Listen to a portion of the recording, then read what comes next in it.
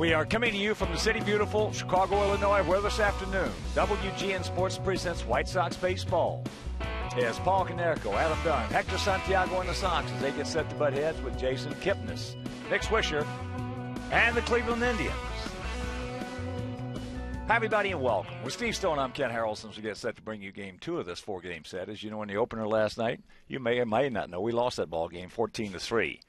But, you know, we played these Indians 14 times this year, and in the 14 games, we have won 2 of them. We were 1-6 here at this ballpark, and one of the reasons being they've got some guys that love to hit here. They got a lot of guys that love to hit here, but 3 guys just absolutely kill our ball club. One of them is Jason Kipnis. He's done everything right this year overall, but against us, he's looked like Superman. Michael Bourne's another one of the guys, had a couple of hits last night, and he also has been unbelievable. And Ryan Rayburn continues to hit our ball club, not only here, but whatever uniform he's wearing, wherever he is. And so when you take a look at what they've done, you'll see Kipnis at 443, Bourne at 417, and Rayburn at 315. So these Indians have been red hot against us, but hopefully today we can derail them slightly. Well, the man that's going to try to derail them slightly is Hector Santiago. Santiago goes to the mound, and he's undefeated lifetime against the Indians. But he's faced them one time this year, and it wasn't pretty. His ERA this year is over 19. The last couple of times out, he's gotten to the 100-pitch mark a little more quickly than he would like. And so this is a guy that has great stuff. He's got to learn how to harness it. You see what he's done lifetime. His ERA up close to 5 in 8 appearances. This is his 4th start against him, and hopefully today he'll have pretty good stuff because Danny Salazar, the promising young right-hander, is going to the mound for the Indians. All right, sit back, relax, and strap it down. White Sox baseball coming your way.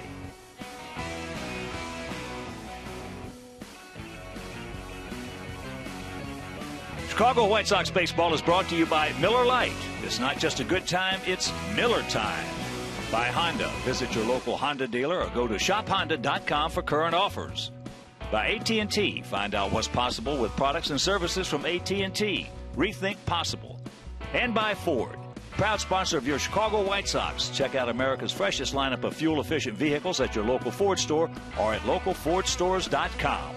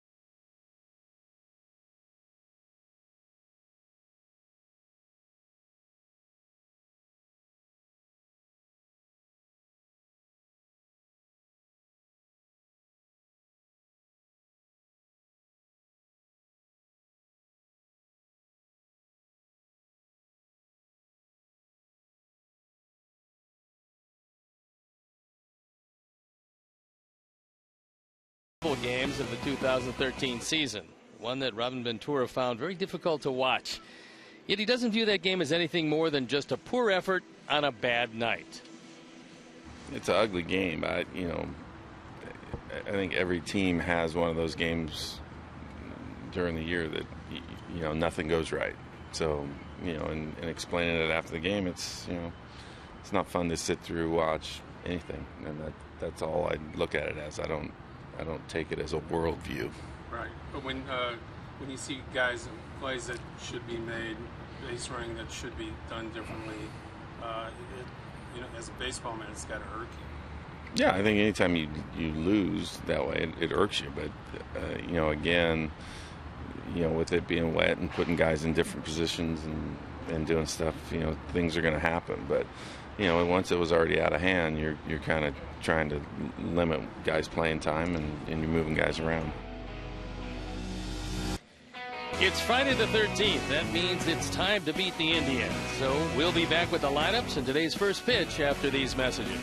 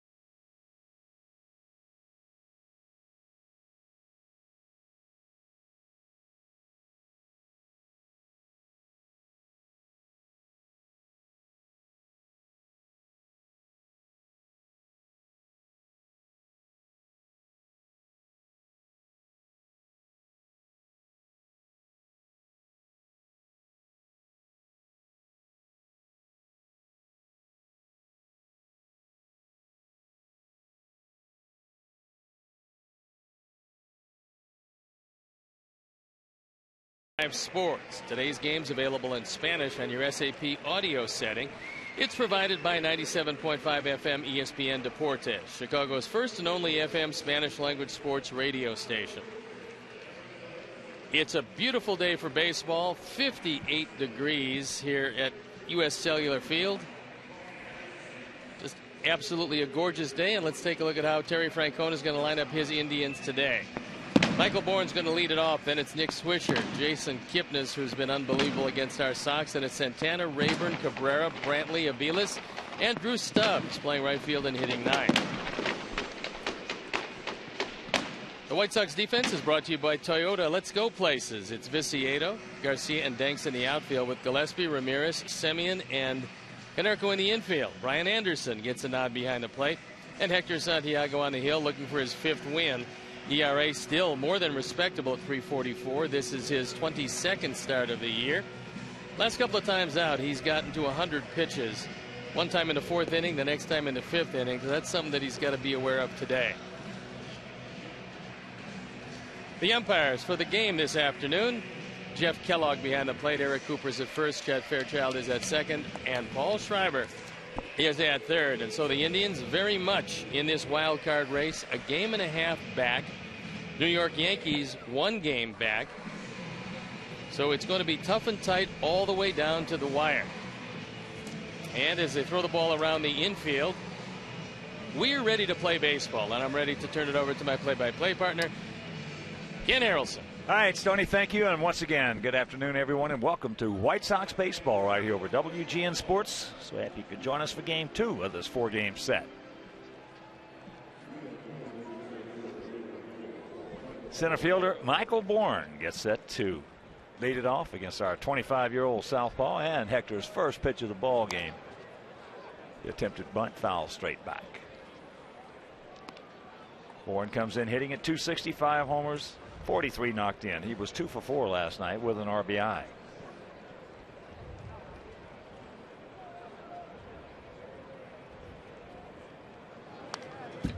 Very quickly, the count 0-2.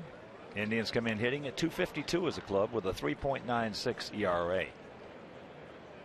Indians 33-38 on the road, 45-30 at Progressive Field.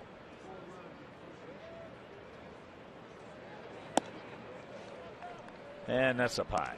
Danks and Garcia very shallow in right and center field, respectively. And Bourne has some fairly decent power.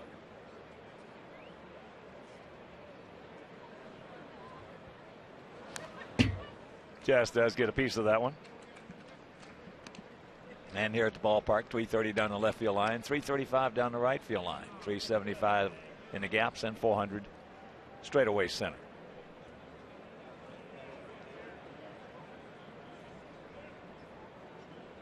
.57 degrees as we speak. Well, what a contrast and a turnaround in the last couple of days. Well, a couple of games against Detroit, 7 o'clock at night was 90 degrees with high humidity, and now it's in the 50s. Very quickly, can't get him.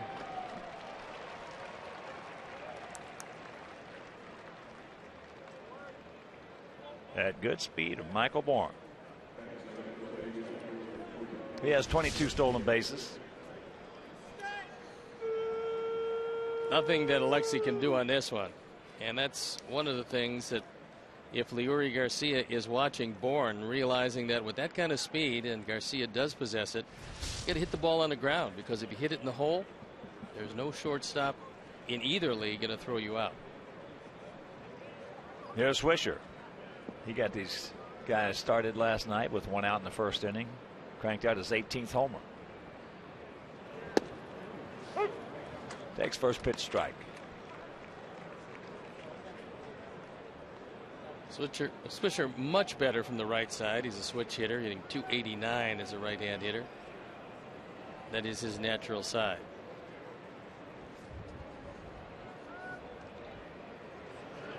Change up. Turned it over. And the count 0-2. So he's 2 for 6 last evening with that homer and 3 RBIs.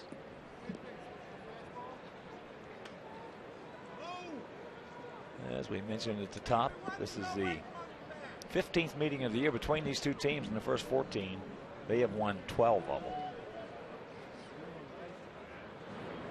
That's obscene. Well, it's basically what the Tigers have done to them is what they have done to our ball club. Tigers beat them 15-4 this year in their season series. And without that, if they just had played them even up, they would be knocking at the door and leading the wild card race, but it doesn't happen that way. Turns that one over, misses.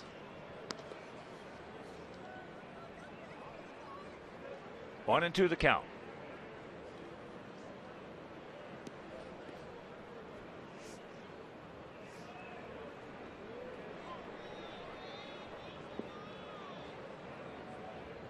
Outfield, about equidistant, swung around to the left.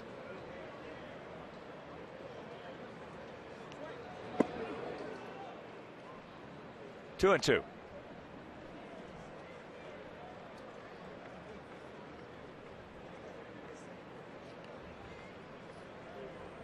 Swisher has grounded into 8 double plays, which isn't a high total. He's been to bat 489 times, but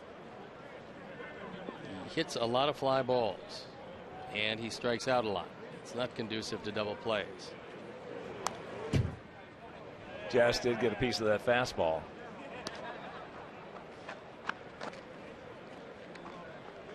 Indians spent some money this year on free agent contracts to Swisher and Bourne. And it's worked out pretty well for them.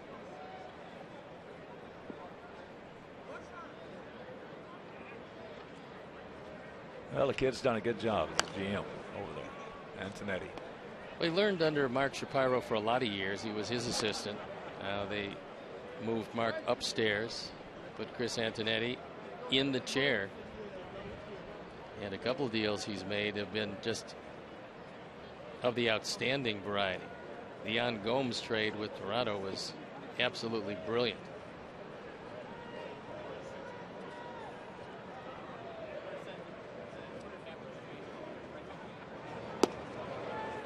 Sort of gave that one away, but it missed, and the count goes full.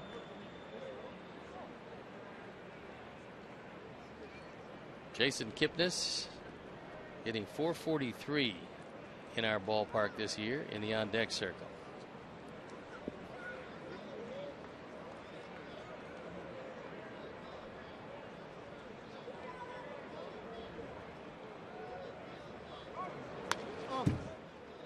And that changeup just did get a piece of it. If he was able to get it by him, it could have very easily been a strike him out, throw him out, because Bourne, not wanting to get picked off, got a late start. So Terry Francona gambling that Swisher is going to make some contact.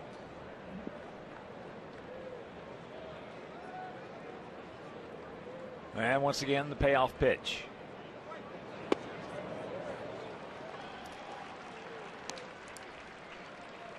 So trouble of brewing. Had him 0-2, and now 2 men on, nobody out. So here's Kipnis. Jason at .283, 2 for 2 last night with a couple of RBIs. He has 17 homers, 78 knocked in.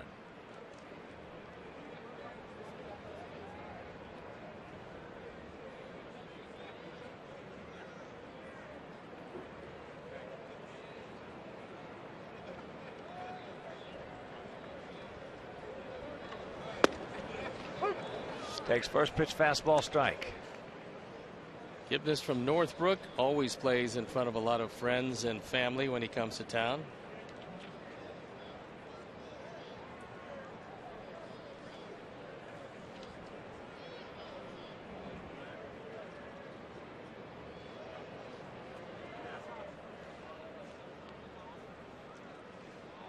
Some guys can do it and other guys have trouble doing that. Yeah, a lot of guys feel a lot of pressure playing, especially in front of a lot of the guys they grew up with and played with. But not so Kipnis. Breaking ball. That evens the count at 1. And with nobody out here in the first inning, Hector Santiago is at the 17 pitch mark. The last couple of times out, the bullpen has been used and used liberally.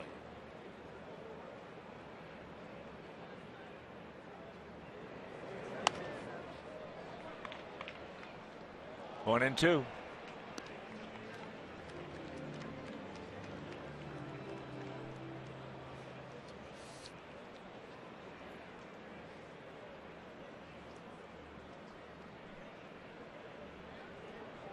Santana, one of 3 switch hitters in this lineup on deck.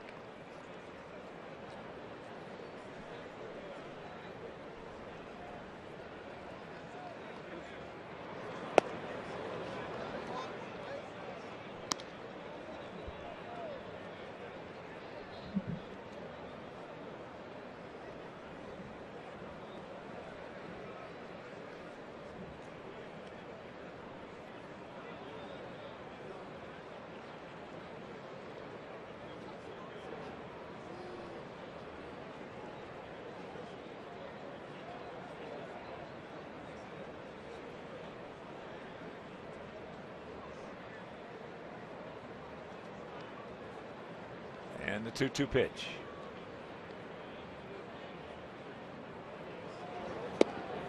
He gone. Dig out. Kipnis didn't like the call, but it was a pretty good pitch. He just got outguessed. Take a look at where 5 appears. He had the whole plate. And strikeout looking.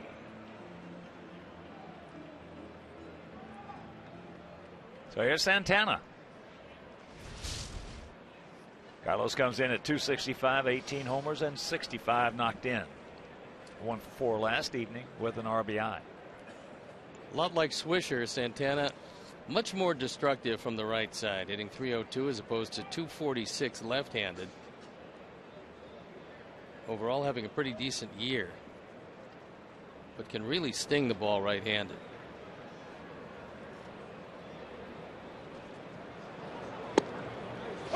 Curveball strike. Other action today will show Detroit at home against Kansas City. And Kansas City wants to stay in this race. They've got to have a good series. And it's going to be Bruce Chen, I believe, that's going to Chen kick it off for them. That's good enough for me. Brad Mills almost was taken out early in this game as Santana rifled it. And Brad Mills, their third base coach, longtime coach of the Boston Red Sox under Terry Francona, able to get out of the way. Yeah, Cy Chen against Verlander.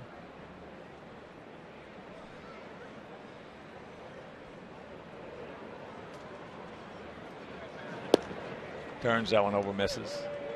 Tampa Bay taking on the Twinkies at Target Field. Archer against Correa.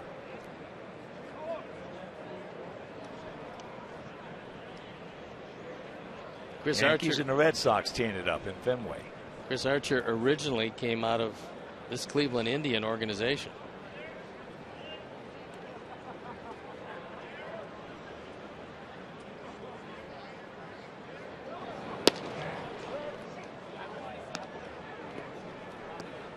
Two and two. So with 2 on, 1 out. Next pitch will be number 25.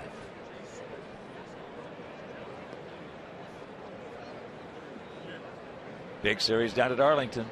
Oakland taking on the Rangers. Straley against Holland.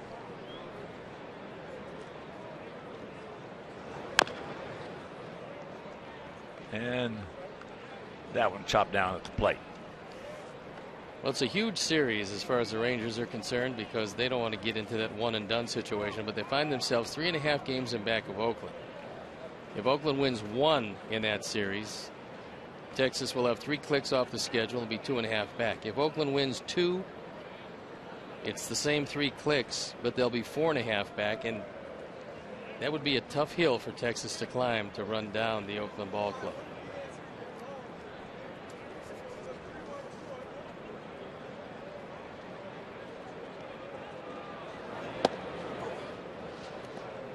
Another full count.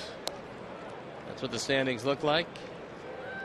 Down year for the Angels, the Mariners, and of course Houston, solidifying that first draft pick. And the Angels with a tremendous amount of internal intrigue. Yes, indeed.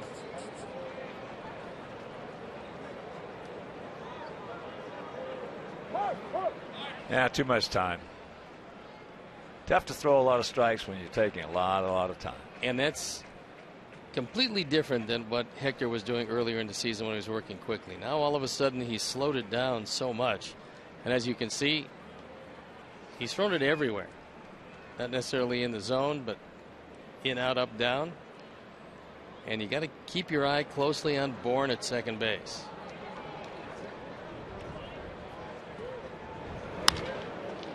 Chases the bad pitch, pops it up.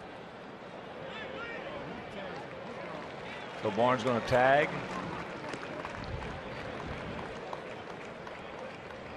Runners at the corners, 2 out. Hector caught a break because that ball was a good 4 inches off the outside corner.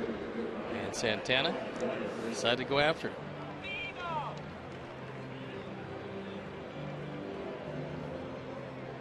But here comes Babe Rayburn.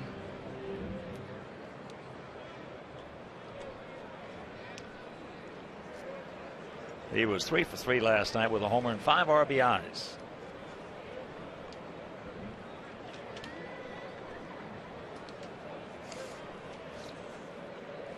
For a guy that hits the ball out of the ballpark, and Rayburn does, the .380 on base percentage is pretty impressive. Takes first pitch strike.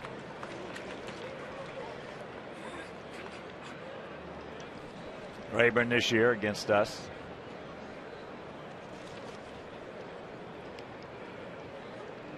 Hitting at 400, 4 homers, 16 knocked in. And that's in 10 games.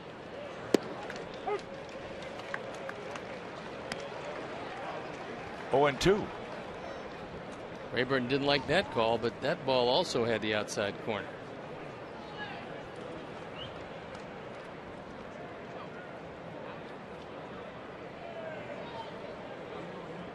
Rayburn, lifetime against us. 283 at bats, has 17 homers, and he's knocked in 66 runs.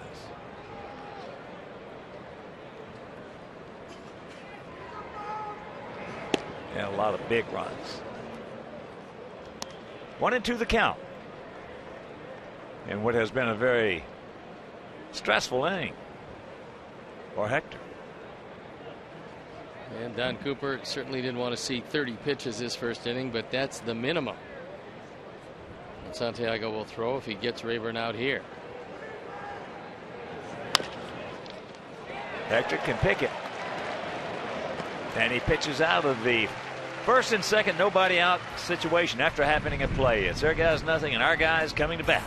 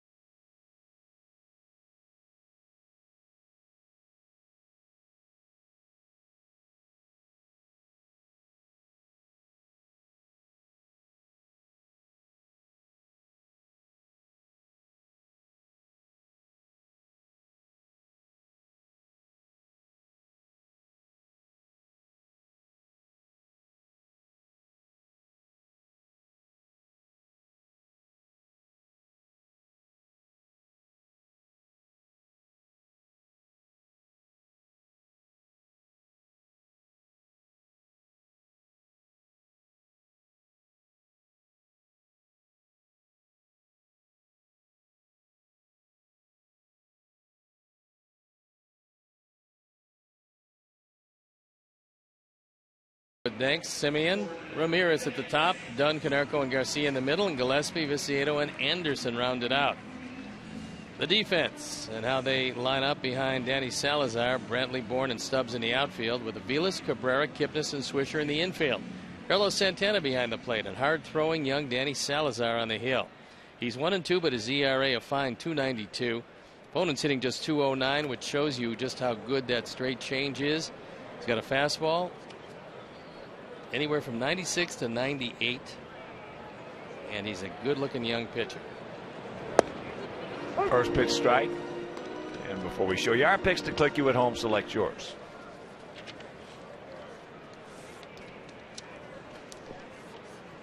Jordan hitting at 246, 3 homers, 7 knocked in.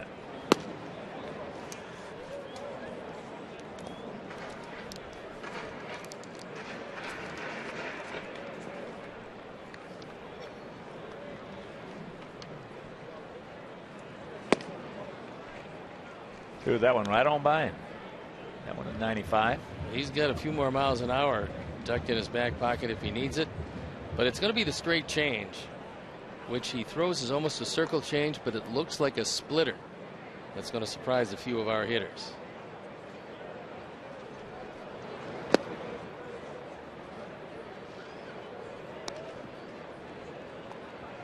He's probably going to throw anywhere in the neighborhood of 85 to 90 pitches, as they will have him on a pitch count. Talked with Mickey Callaway, their pitching coach, and they don't want to extend Salazar at the age of 23.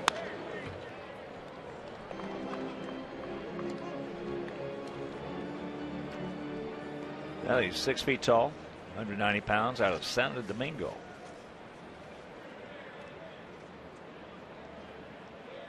Signed back in 2006 as one of those non-drafted free agents by the Tribe.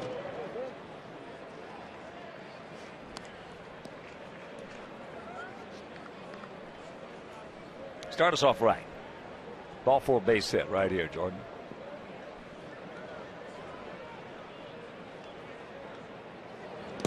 And that's ball 4. So the leadoff walk. And right now, let's check out our picks to click this afternoon. Jim Angio, our director and crew, went with Alexi. Steve's going with Connor. And Dave Fairman, Dave Warshot, Paulie, all the great folks at Golf Club Scottsdale. We're going to go with the man at the plate right now, Marcus Semien.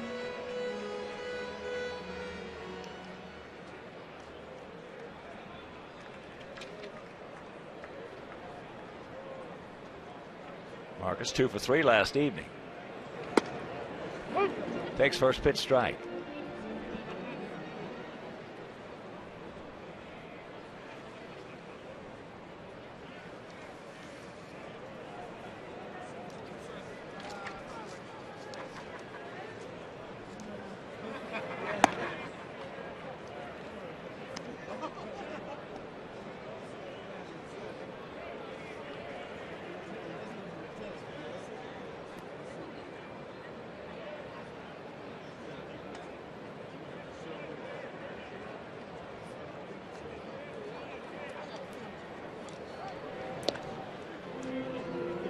Weeks ago on September 1st at Detroit, Salazar faced the Tigers, went 6 innings, didn't give up any earned runs, gave up just 6 hits, and did something that nobody had done before and might not have done since. He struck out Miguel Cabrera 3 straight times. Out in front of that one, hooks it high, foul. In those 3 strikeouts, everyone was on a high fastball, everyone was on the inner portion, and everyone was 98 miles an hour. Well, it reminds me of somebody I saw.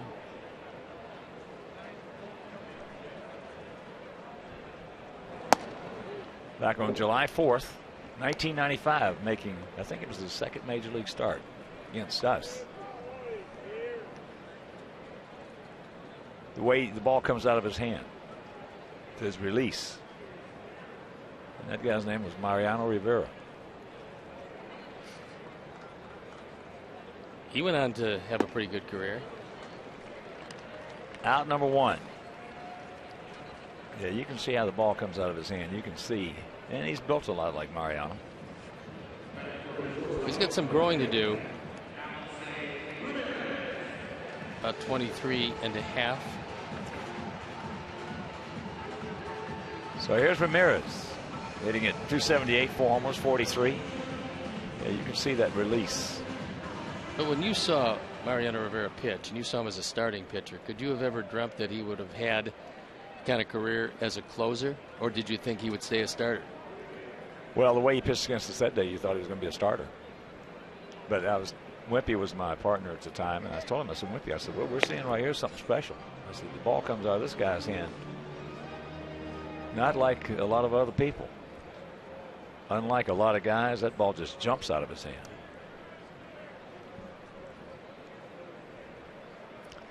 He went 8 innings that day, gave up 2 hits and struck out 11. No runs. So you'd have to think he was going to be a starter. Yeah, I would think so. And he did not have the cutter there. No, but you know, the needs of various teams at various times will dictate where a pitcher goes and how he goes about it. And obviously they had enough starters and can buy enough starters, but they needed some pensmen. That's out of play, right side. Salazar has a slider to go with the change, but it's got to report on him as he very rarely has both of them together. And we've seen him throw mostly fastballs.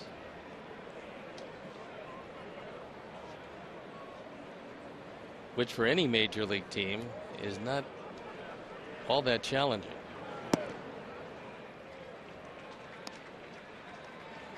Well, there's 3 kinds of 95-mile-an-hour fastballs, or 3 kinds of 90-mile-an-hour fastballs, or 3 kinds of 92-mile-an-hour fastballs. But in the case of a 95-mile-an-hour fastball, there's one that's pretty hittable because it's straight, Not much life on it, but just good velocity. And then there's one that's a little tougher to hit because it's got a little life on it, but it's the same velocity. And then there's one you can't hardly hit because it just jumps at you. Looks like it gets about 8 or 10 feet out on the home plate, and somebody kicked it right in the behind. Well, that's Scherzer when he's at the top of his game. Sure. The ball just explodes. Sure. Yeah. We had a pitcher here a long time ago. Terry Forster had that explode. He was a left-hander. Had that exploding fastball. Wilson Alvarez had it. And there's a base hit. So Jordan will pull up at second. 1 out, 2 on. Now, fastball after fastball.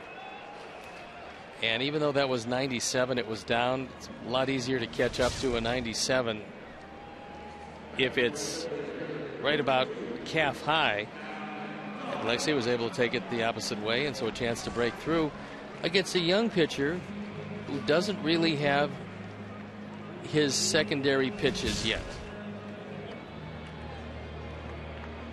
Well, when you got a 97-mile-an-hour fastball coming at you about knee high, you got a lot of help from gravity. When you got it coming letter high, you're fighting gravity. No, you got a big problem, letter high or higher. A lot easier to get it down than it is to get it up.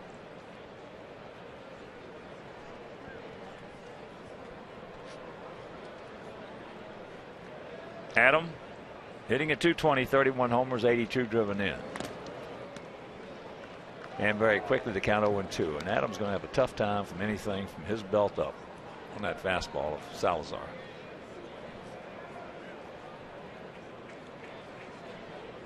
Well, you would think if you were Santana, that's where you would call one.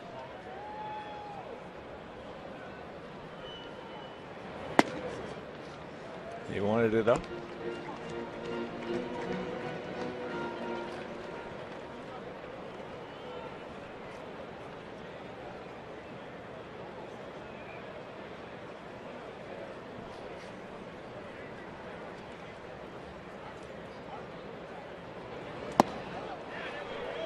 Two down. That's a no chance fastball. That's 97 miles an hour, and it is top of the strike zone. And for Dunn with that uppercut swing, he cannot get that fastball from belt up. As here's Paulie. Now Paulie can.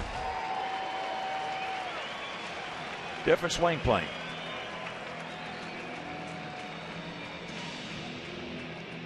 Paulie 1 for 2 last night, and that one hit left the park. His 11th. He hit a line drive rocket in the second inning.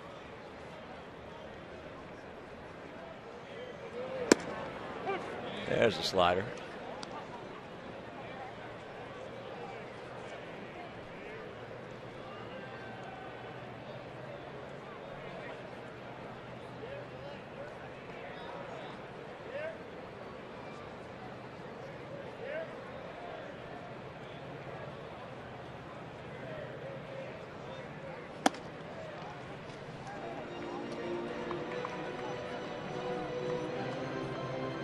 Ball to strike, 2 out with 2 on here in the bottom of the first. No score if you're just checking in. Salazar looked a little like Jake Peavy after the last pitch. He was giving himself a pep talk to get on top of it. He's gotten under a lot of those fastballs, and they've stayed up, and a lot of them have stayed out of the zone. He did not go.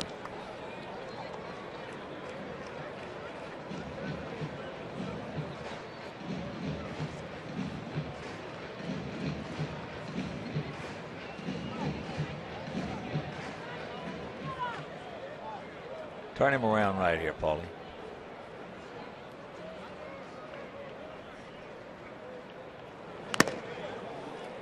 Oh, that got Jeff Kellogg flush.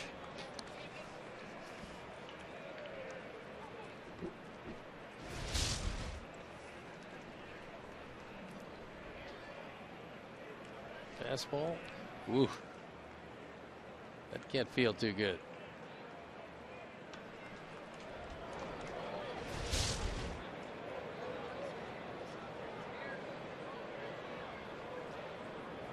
2-2.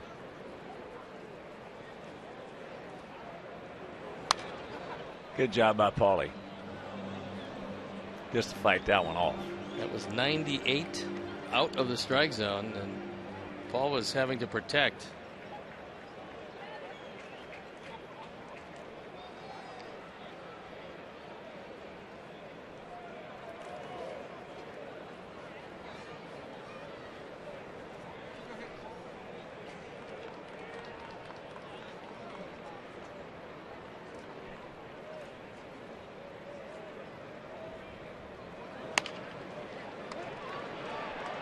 Nice play by Aviles. Knows he's got time.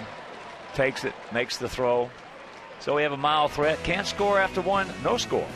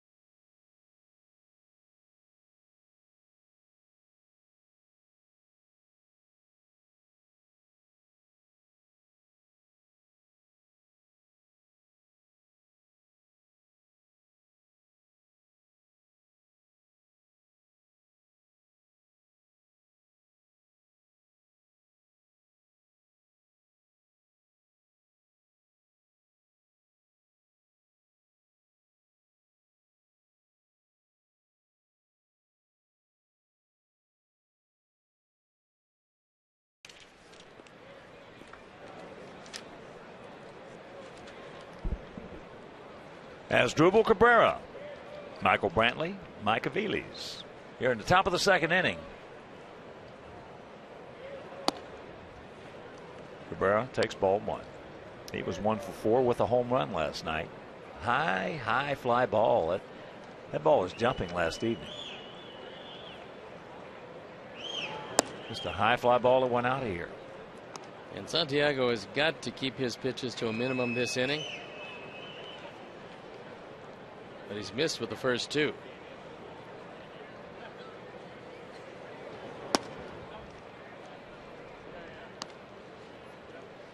Make that the first three, and none have been close.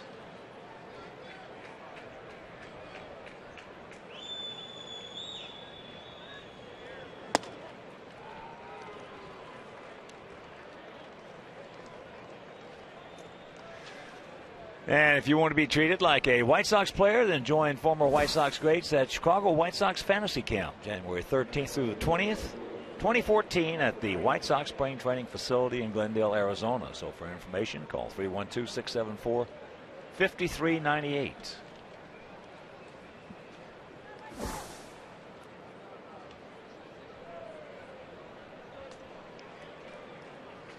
Here's Brantley. He did not play last evening. Young man has made a mark for himself as far as being a major league player. He has had a difficult time, however, with left-hand pitchers. Just 12 runs batted in against the lefties, as opposed to 50 against the righties. Goes many more at bats against right-handers. And now with 6 straight bad ones, Brian Anderson goes out. He wants a word with Santiago. All right, so you're Steve Stone. Yes. Young Steve Stone. Hadn't won the Cy Young yet. Yes. Trying to find your way around. Trying to find your way on how to pitch in the big leagues. You had a lot of pitches in the first inning. You walked the leadoff guy here in the second inning. You're up 2-0 on this guy right here. What are you thinking to yourself? How are you going to try to correct this? Well, I'm going to try to throw a batting practice fastball to Brantley, who's looking fastball, and I want him out in front to hit a ground ball at somebody. There's the strike. But again, that was from some experience a few years down the road. Now, Santiago has a little experience, not a whole lot. He's still at the phase now where he believes that if he pumps it up with the fastball, he can get people out instead of taking something off the fastball and getting hitters out in front. That's high and deep into right field. We got a man there. 1 out. But the point that I wanted you to make that you did was the fact that you had a definite thought process. You just weren't trying to throw a strike. You had a definite thought process. And that's also, I mean, catchers can help you. The pitching coach can help you in that situation. But it could very well be, and I don't know for sure, and we won't know because I doubt if he would admit to it. There's been some times where Hector probably is dealing with a bit of a tired arm at this point. He's trying to get the same velocity, but doesn't have the same little hop to it. I agree with you there. I agree. I think a lot of our young guys right now, they passed their high water mark of years past. New territory, and they've got to learn how to compensate for it.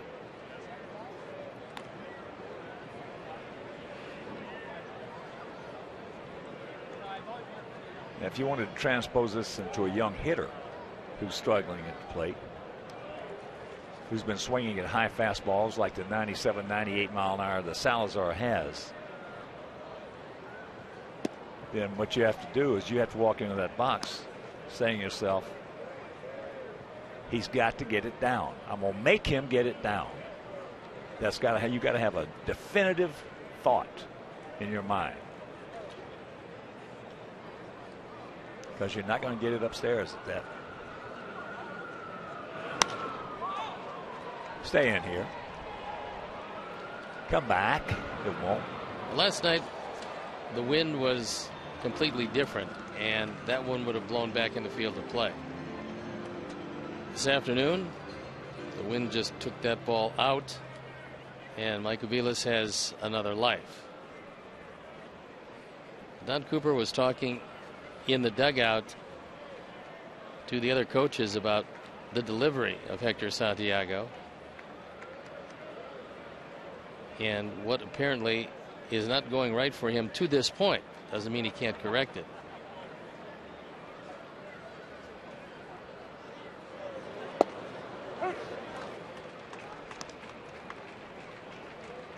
Last time out, I saw him hit 92 a few times. That was 92 right there. And the reason that both Steve and I both feel like his arm might be a little tired, even though he might not want to say so, is the fact that he can hit 95, 96. And do that consistently. But also when you are a little bit, let's say, past it in the innings in a given year, your control is going to suffer first and foremost.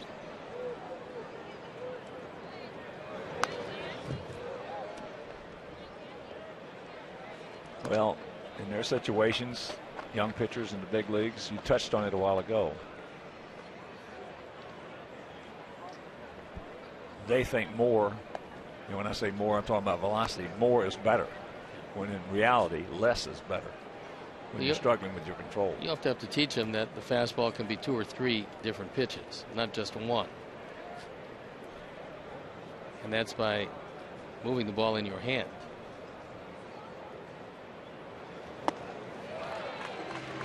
Here you go. 2 down. Second strikeout to go along with a couple of walks, and he throws a high fastball by him. So even at 92, if you can get this ball inside and up, you can throw it by some hitters. Drew Stubbs will be the next hitter. He was 3 for 4 last evening. Young man with a lot of talent, just can't get it going.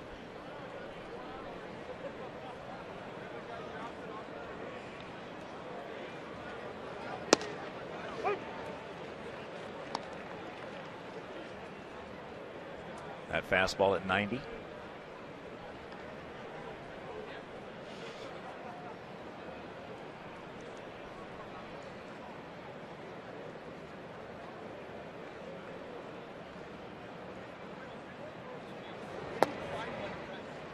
And that's down low.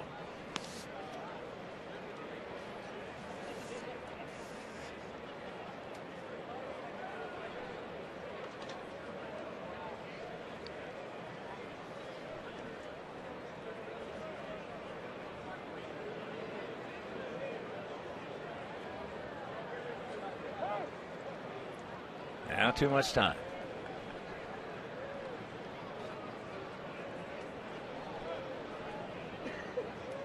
Cabrera 7 for 10 in stolen bases, has a decent lead.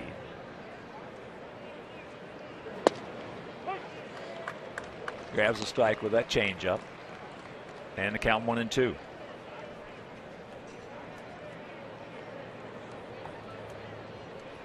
Drew Stubbs from the University of Texas, 3-time All-American, and probably even more impressive, 2-time academic All-American.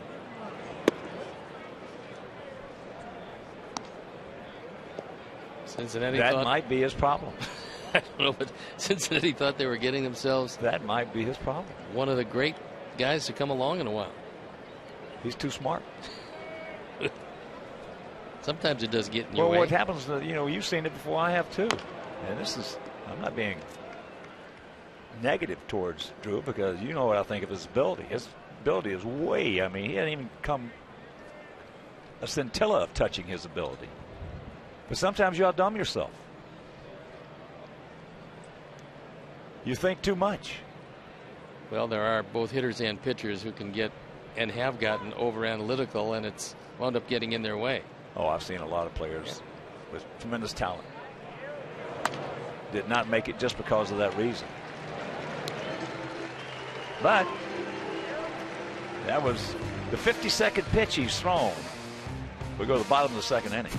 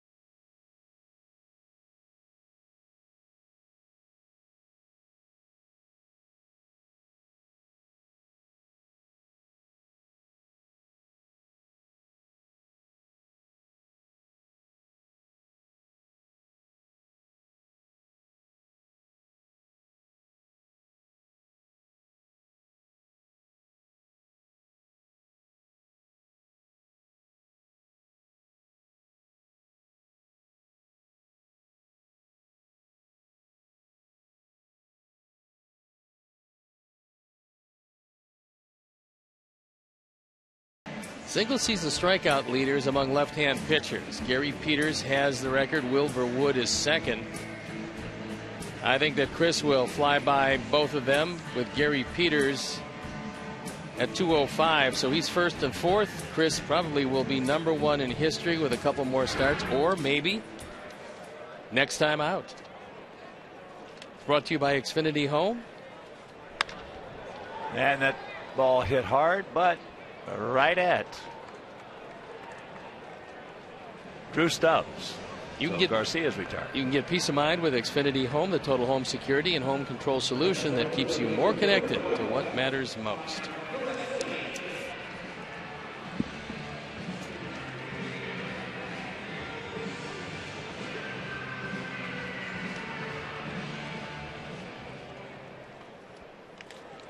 Gary Peters was tough. A tough left-hander.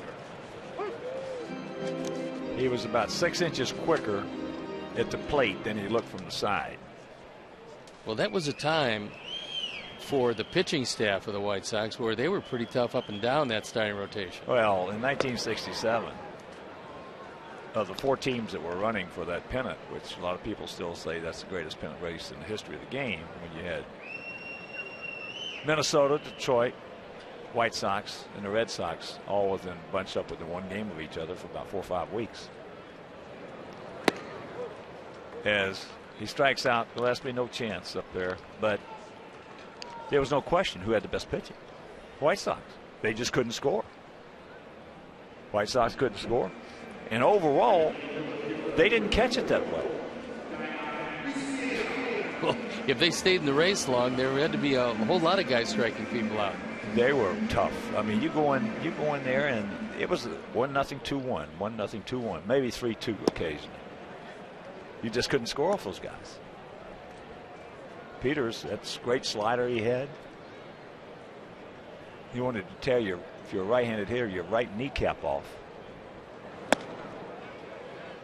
Yes, he did. Tank at 259, 12 homers, 50 knocked in.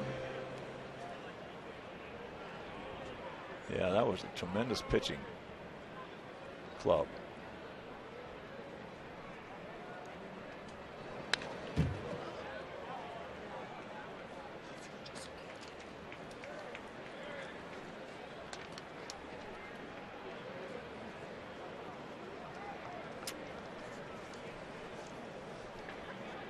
Two out, 1-2 the count.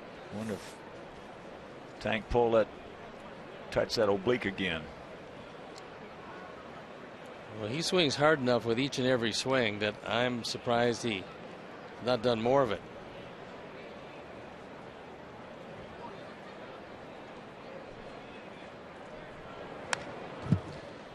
And just about the time you think that the Yankees probably have run out of guys to get hurt, Brett Gardner sent back to New York with an oblique problem. And so the Yankees making every effort they can and staying right there, and yet seemingly on a daily basis they lose somebody else. He just blew him away right there at 99. And we're into the third.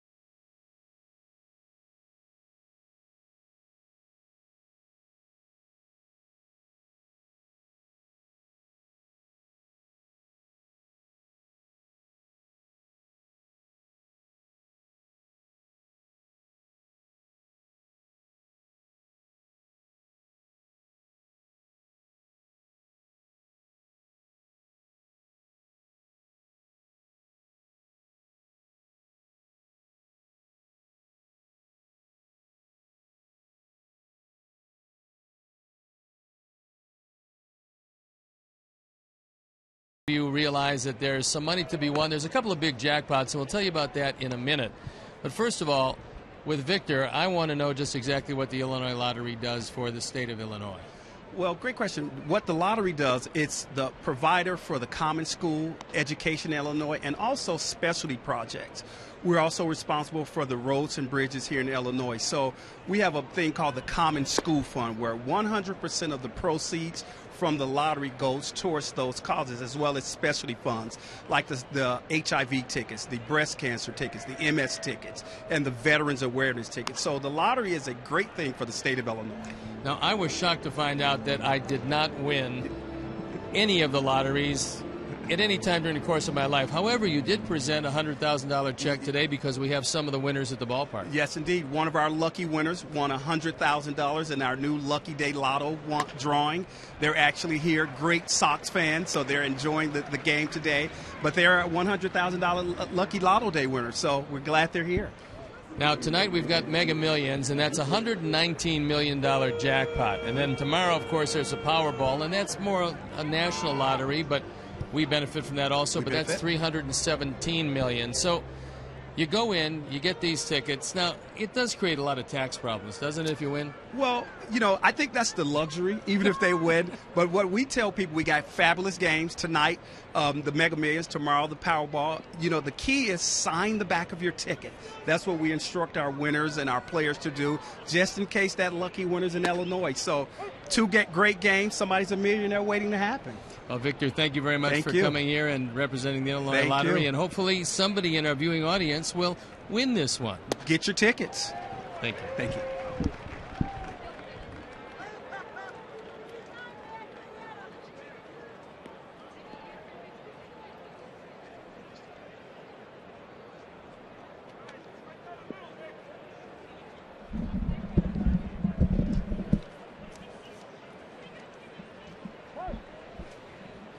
Oh, and to the count to Swisher. Swish walked his first trip. Well, one thing about it, you can't win unless you play. That's exactly right, and that's why I'm splitting your tickets with you. Yeah. You said you bought them already, right? Got them this morning. Okay, well, I'll give you $5. And you won't have. And I want, I'll tell you what, I'll only take 40%. I know. Well, you know, there's a comeback, but it's a holiday. it's getting there, yes. 2-2. With the amount of pitches, we will get there.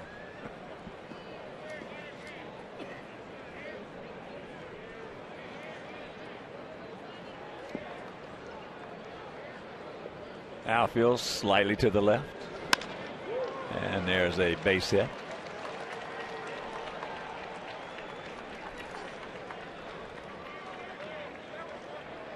Chris Antonetti got Nick Swisher for more than just what he can contribute both defensively and offensively to this team. They got him because he came from a winning tradition with the Yankees, and he also played on some very good Oakland teams. So they felt that they needed a guy who could, well, be a character. He does bring that, but have character, and he does have that.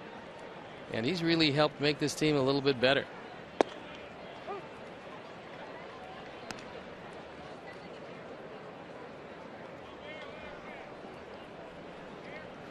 Kipnis called out. Yeah, Nick's an asset. And that's how you evaluate players. Are we a better team with him or without him?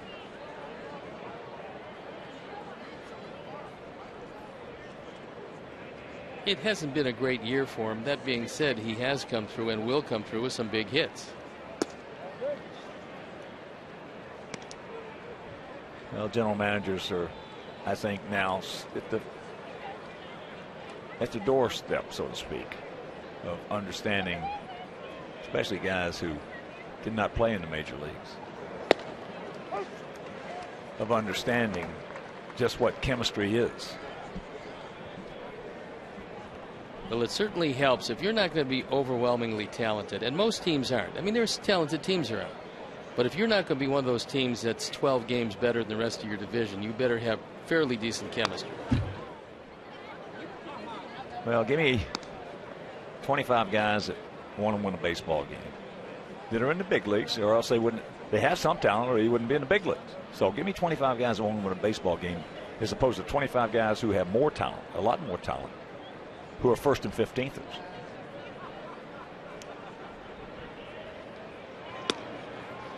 One of the best examples, and it's in the National League, but they learn how to play baseball from when they put on a Cardinal uniform and understand when they get to the major leagues a team concept. And they won't bring in players unless they're guys that understand team concept. Ouch. And year after year, regardless of how many guys they lose or how many injuries they have, the St. Louis Cardinals have been a competitive team. And they've brought guys up through their system. Well, they're the equivalent, the bookend of the Minnesota Twins. I don't know if the Twins are still doing it. They used to, all their minor league players at every level, they had to put their lockers in a certain way.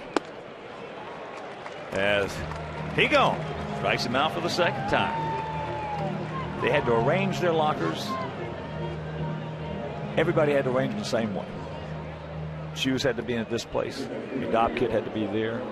Your shirt here, pants there. That was just one of the things they did. And what it is it's a discipline thing. Discipline it's a routine. And a team concept. Yes, everybody had to do the same way. Team concept. Here's Santana.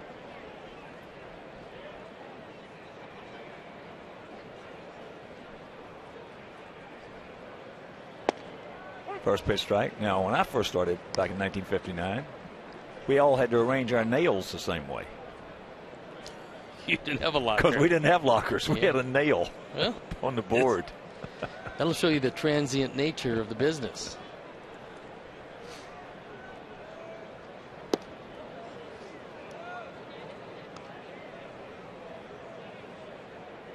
Two out, 1-1 to count.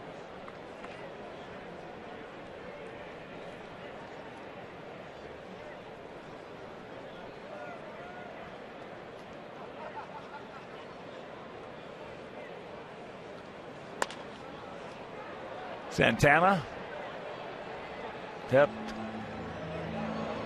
Hector out his first at bat. 3-2 count. There were a couple of guys on, one out. Swung at the pitch well off the outside corner. If he takes that pitch, it's a completely different inning because it loads him up, and now you've got some big problems with Rayburn and Cabrera. As it turned out, they were out of the inning as Rayburn tapped one back to Hector. And that's not popped up. So Swisher into third on the sharp single to right by Carlos Santana.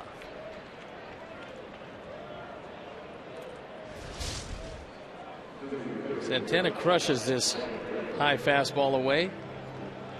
He's a product of the Los Angeles Dodger organization. And there's an example of how you make deals that will help one ball club immediately and another ball club down the road.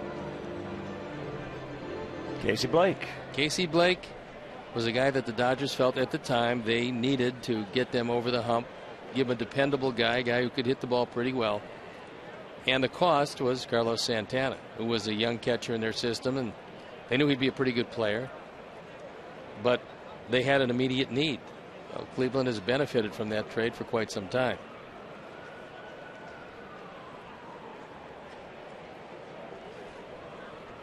So here is Rayburn. High, he just missed it. Boy, he just missed that high changeup.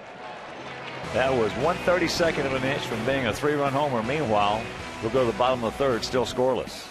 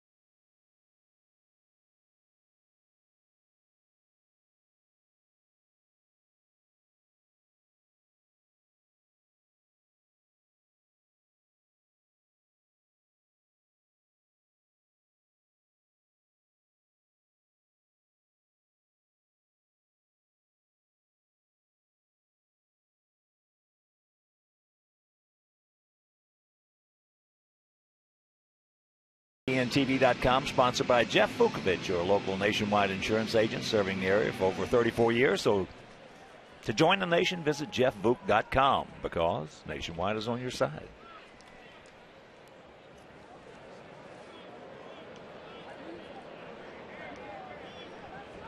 Brian Anderson. 0 for 6 since being called up.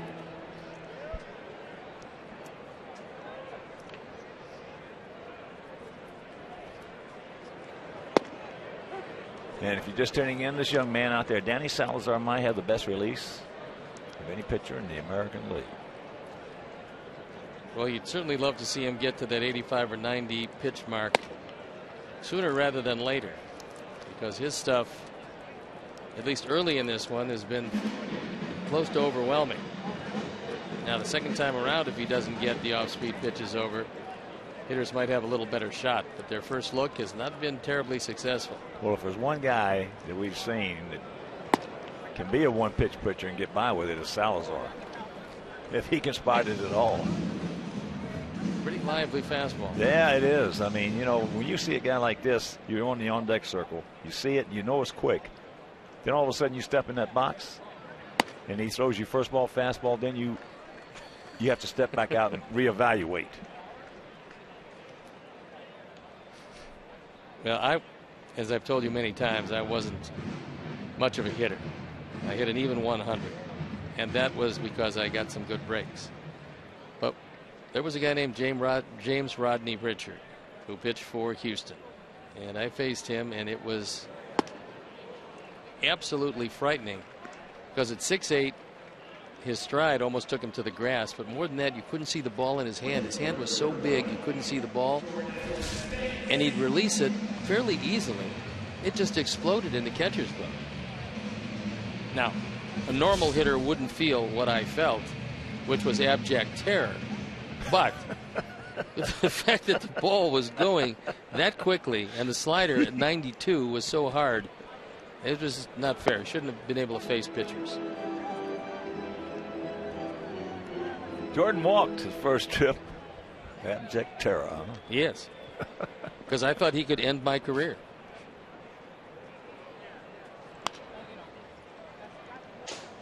Of course, at the time, it wasn't much of a career, but I still believed that he could have ended it before really got a chance to do anything. He came up, second game of doubleheader in Candlestick Park, struck out 15 in his first major league start. 2 down. That is 4 in a row punched out by Salazar. 4 in a row and 6 overall. Yeah, this guy has got something special out there in that release. As we talked earlier, Namath had it in football. He could just go back set, take one step, flick it, and the ball goes 60 yards with the easiest little flick.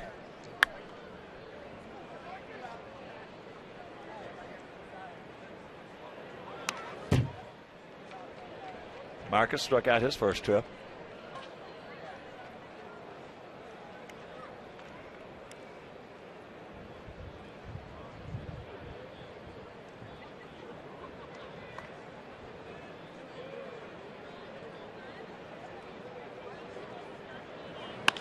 And there's a base hit on a breaking ball. How about that?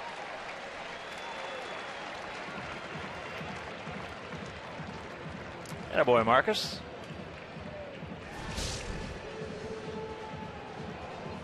That was that straight change, which acted like a splitter, but he got it up.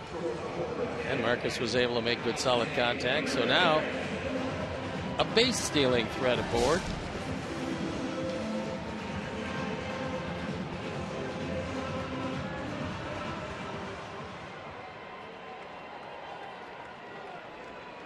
So here's Alexei.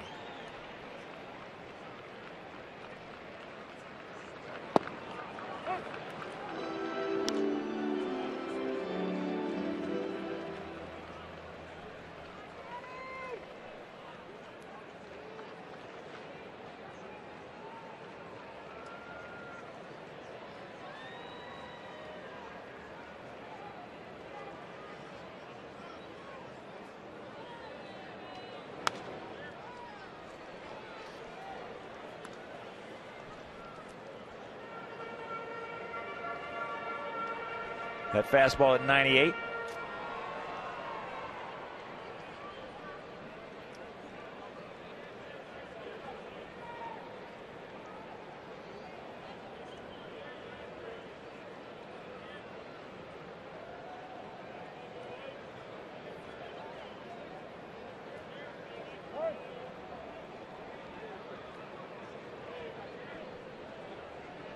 You would think that if Marcus is going to run and he's going over to talk with Darryl Boston, so if he has been given the steal sign, another good thing to do is talk to the coach. But 0-2 might bail the hitter out if he is going.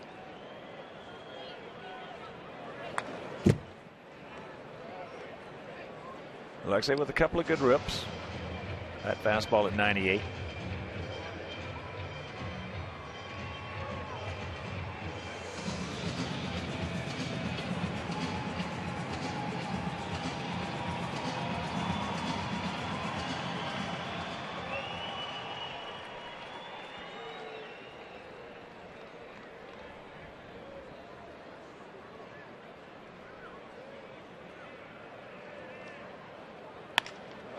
And there's a base hit on a high fastball.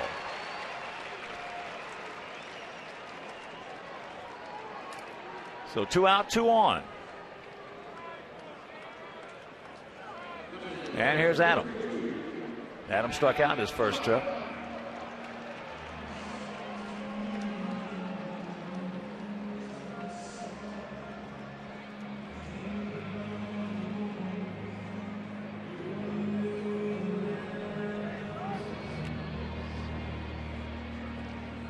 Adam, you got to make him get it down.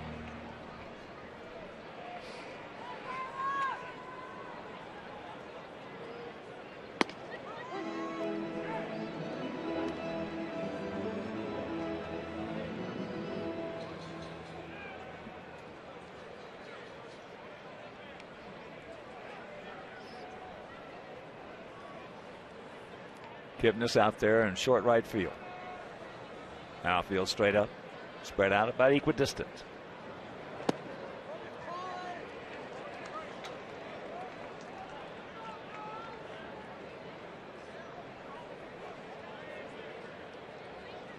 Stubbs has a very good arm in right field.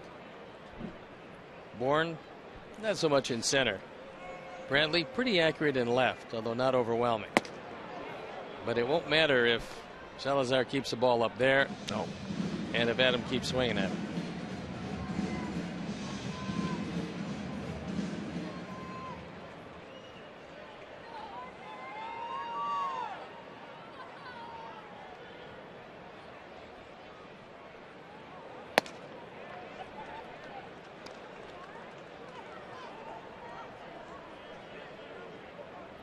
Two on, 2 out, 2 balls, 2 strikes. Game 2 of this 4-game set.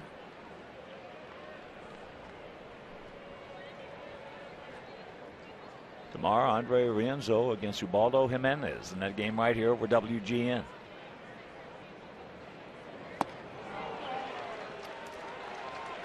Seven strikeouts and still no score.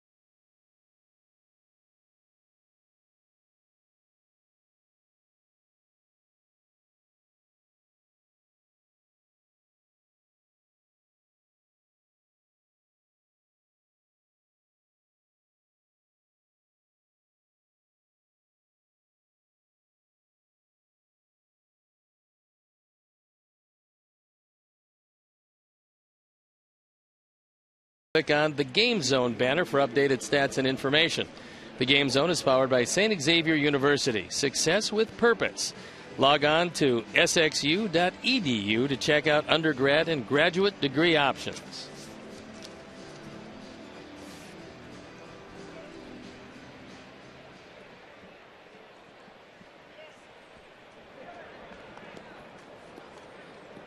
A low pitch inning should be on the agenda for Hector this inning because he's at the 74 pitch mark as we head into the fourth.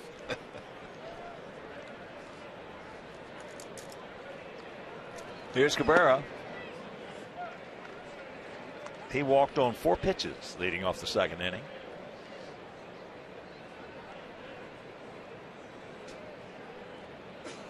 Totals on the board identical at 0, 3, and 0.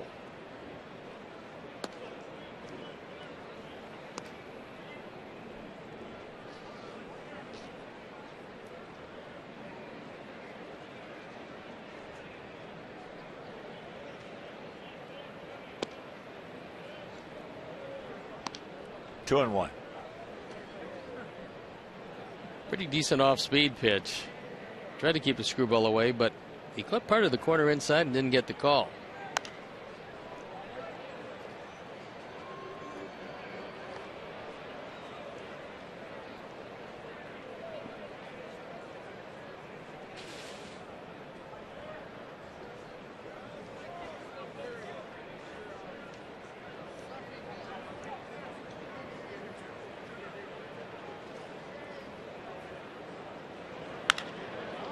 And that's foul.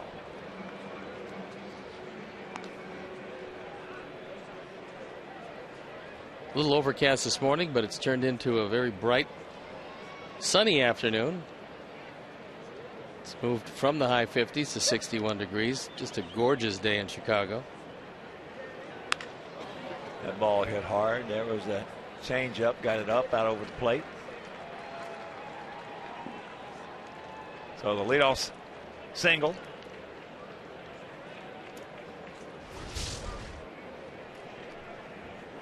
Infinity pitch tracks, and Hector didn't want to get it there.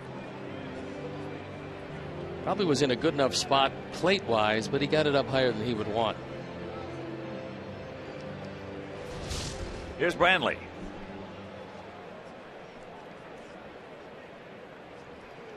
Eichel went out to Jordan Danks.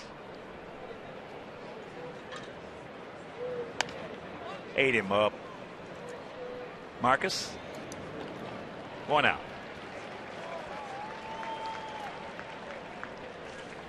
And you can bring your family to the ballpark for our all-new Family Sundays presented by the University of Chicago Medicine Comer Children's Hospital. Tickets start as low as $5 and parking is just $10. Now, on September 15th, former White Sox player Manslaw will be on the concourse from 11:30 to 12 signing autographs, and the Sox and Comer Children's Hospital teaming up to promote a healthy lifestyle and combat childhood obesity. So 866 Sox game or whitesox.com.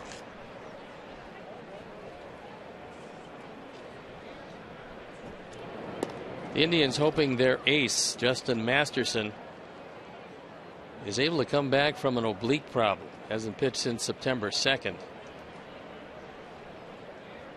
And although obliques do give a whole lot of players a lot of trouble for a long time, they're hoping that he can come back a lot sooner than they believe.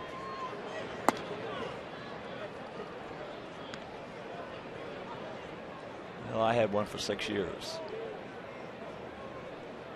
But having one and being very familiar with it, I just can't see how a pitcher can do anything when he's got a bat oblique. It's a mind game. This area gets a tremendous jump. So that's his 8th stolen base in 11 attempts. And I just don't see how a pitcher can do anything. It'd be very difficult with all the trunk rotation you have to do. And a heads-up play by Aviles in that he saw the jump that Cabrera got, and it was a great jump. So he takes the pitch, and not much of a chance at second base to get it. That boy Marcus.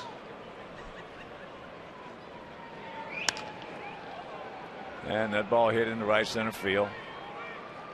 Cabrera going to tag. Good throw by Jordan. Meanwhile, 2 down.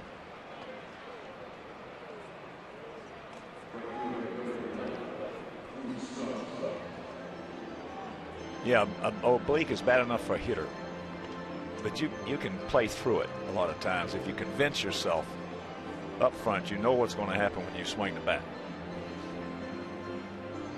You know it's going to hurt, but if you got to go out there and you got to throw 100, whatever, how many pitches, can't do it. Well, this could be the type of injury that if they weren't in the wild card chase, they might just shut him down. Yeah, they would. But yeah, it's too important at this point. You take your pitcher who's 14-10, made 29 starts, has had just an overwhelming year. Strike out an inning, and if he can't go to the post, you've got a problem.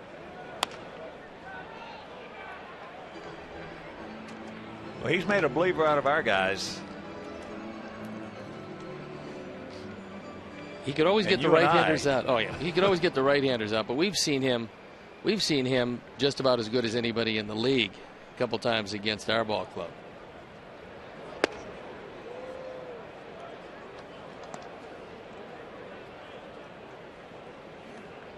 One and one to count the Stubbs. Hit a comebacker to Hector.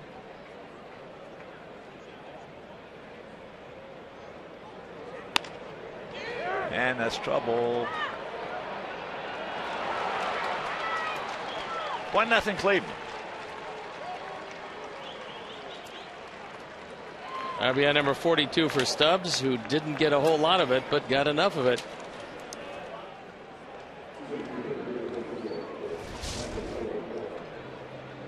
So the stolen base plays into a fly ball and another 90 feet taken.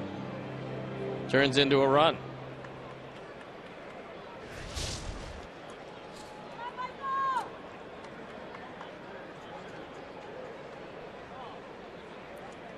Michael Bourne.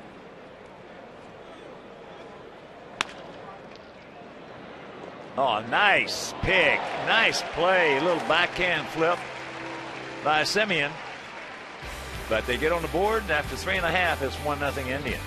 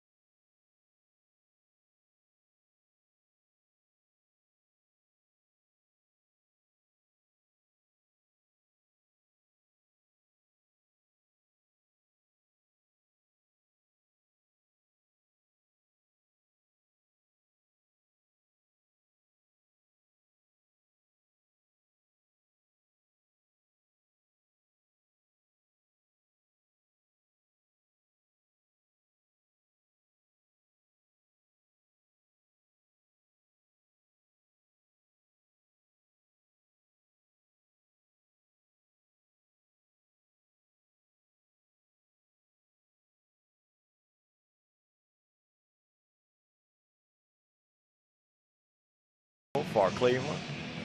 No runs, 3 hits, no errors for our guys. And our guys got their hands full. If you're just checking in with us, This young 23-year-old right-hander Danny Salazar out of Santo Domingo got some kind of live arm.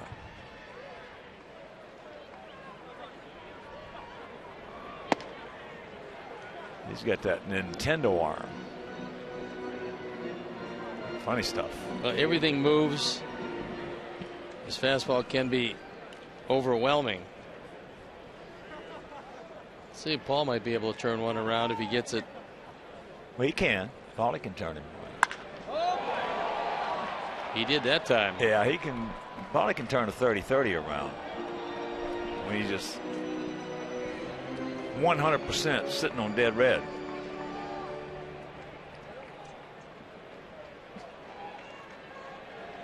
Paulie, when he's healthy, one of the best fastball hitters in the last 25 years in this league. Salazar went from 94, the ball that got pasted foul down the line, to 98, the one that was fouled straight back. Again, he's only going to go anywhere from 85 to 90 pitches. Unless they decide to extend him because he's sailing right along. That one at 98.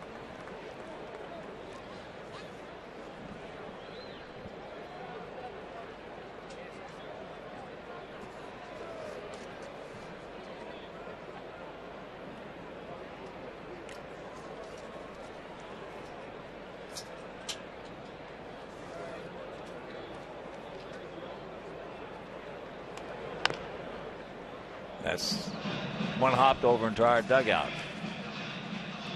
It's an all-speed pitch.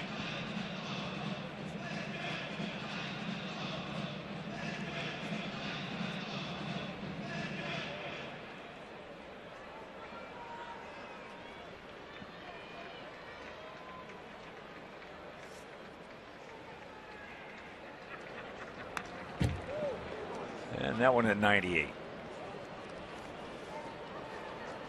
Easy as 98 you want to see.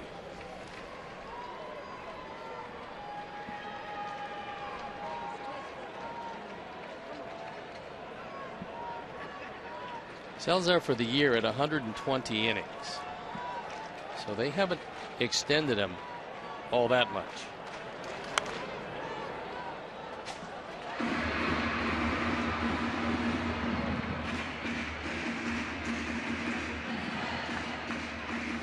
Just watch him. Looks like he could throw all day. At that age, when your arm feels good, you haven't had a whole lot of injuries yet. It seems pretty easy at times. Good eye. Throw him a strike right here with that 99. And let's get this game tied up.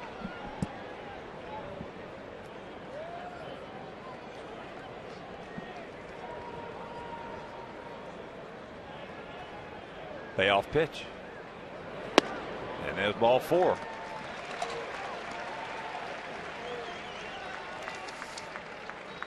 Here's our AT&T Uverse replay. And it's the way the inning ended. Born up the middle. Probably couldn't have gotten to first base, but doesn't have to. With the glove flip and a 4-6 force, a great way to end the inning. Find out what's possible with products and services from AT&T. Rethink possible.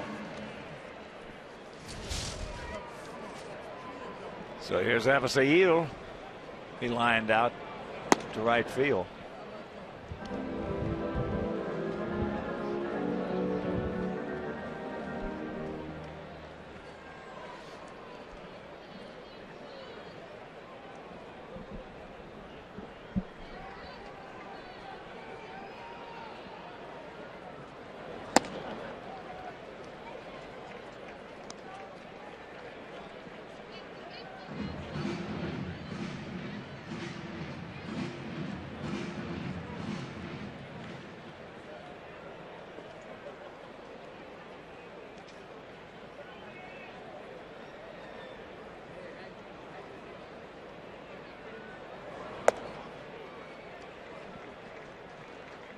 2 balls and a strike.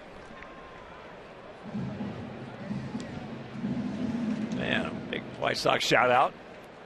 Happy birthday to Josh Schreck, whose 40th birthday is today, here with his wife and parents.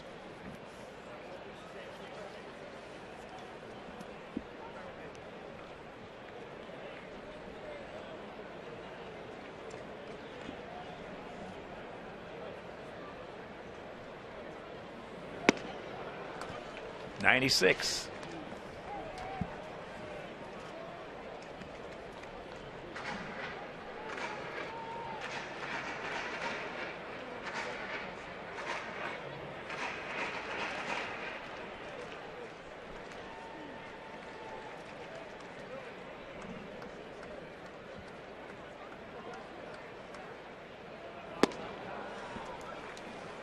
Eight strikeouts. Nothing fancy about that at bat. Everything was fastballs, and the last one on the outside part of the plate.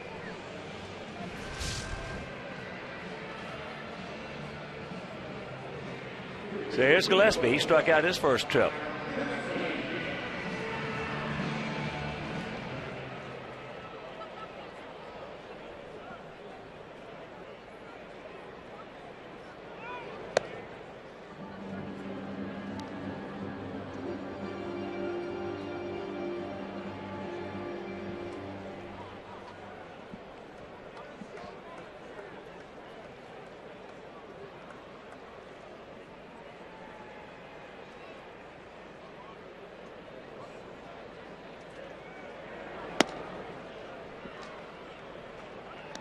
If Connor can make him get it down a little bit with that little short, quick swing of his, he can be dangerous.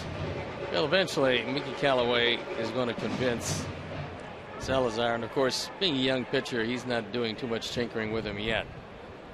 It's convinced him to keep the weight over the back foot and pitch more downhill, because when he misses up. And that's a sign of getting under the ball. It's okay if you throw up by design, but he's been keeping everything up, and a lot of times he's out of the strike zone. Well, if he leaves his off-speed stuff up, then he's going to get hurt. He can leave that fastball up and not get hurt.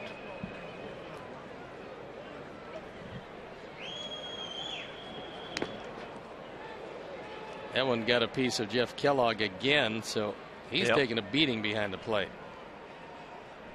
And that didn't feel too good.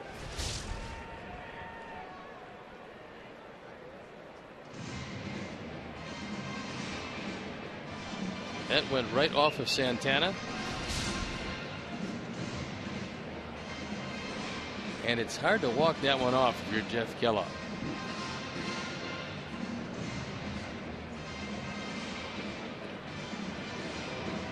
Yeah, that's the second big shot he's taken. One got him flush, right flush in the mask.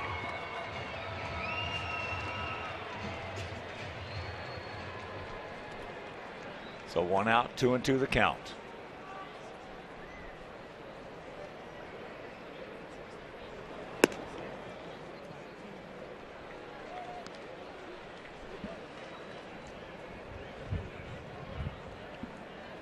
Nick Hagedorn.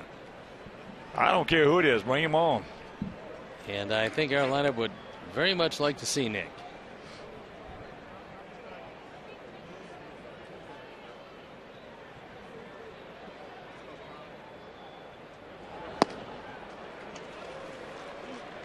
That one at 98. And 9 strikeouts now through 3 2/3.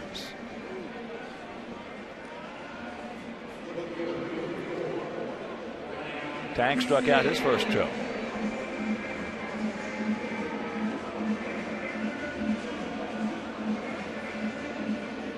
Vicietta would love to see him get that fastball down. And there's the hit in the hole.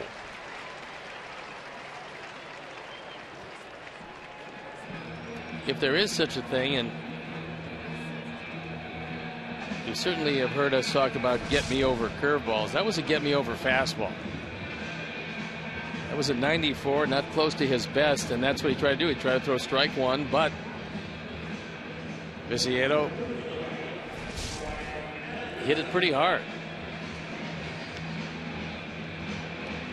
And Terry Francona making the long, slow walk to the mound. He's at the 78 pitch mark.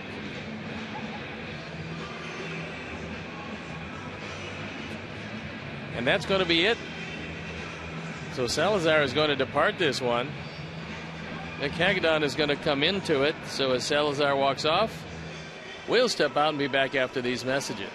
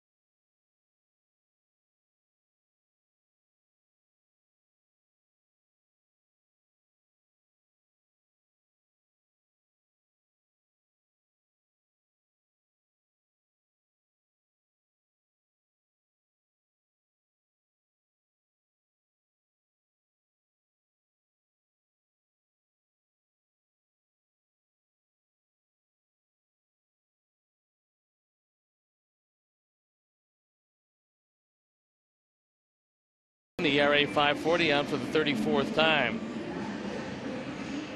And opponents hitting just 219, which is a very good number. The ERA is up there because of the walks, 18 of them, which is a pretty high number in 30 innings of work. So Fegley's going to hit for Brian Anderson with 2 on 2 out. And in the 3 2/3 inning, worked by Danny Salazar, he recorded 11 outs, 9 of them for strikeouts.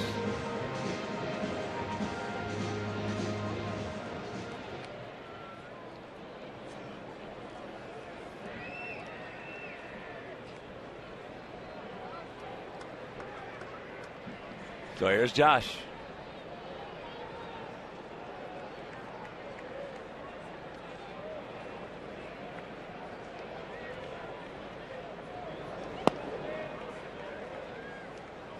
Takes ball 1.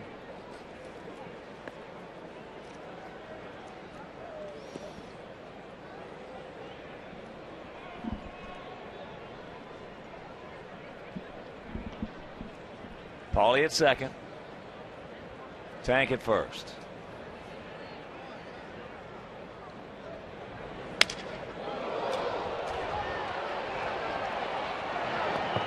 Low throw.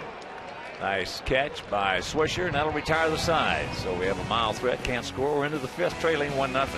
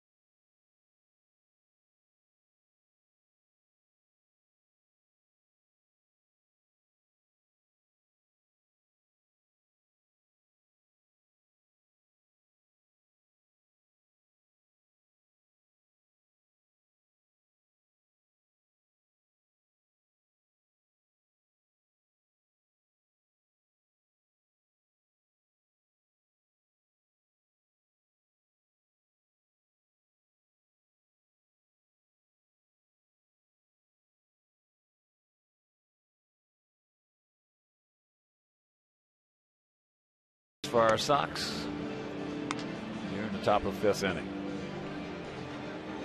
And Hector.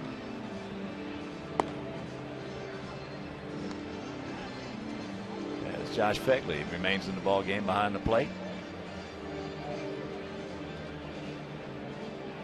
So it'll be Swisher, Kipnis, and Santana. 2, 3, and 4 hitters for Cleveland.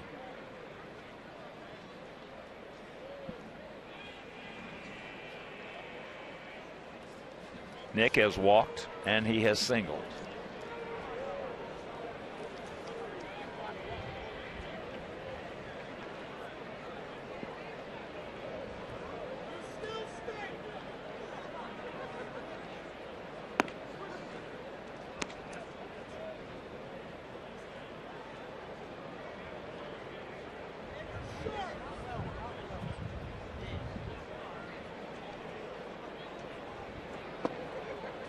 Two and 0 the count. And that was the 90th pitch. So he's going to see 100 before this inning is over. Yeah, this is going to be the 3rd straight game where he's going to get to 100 and not get past the 5th inning. Jake Petrichka loosening up in the pen. And the 3-0 pitch. There's one.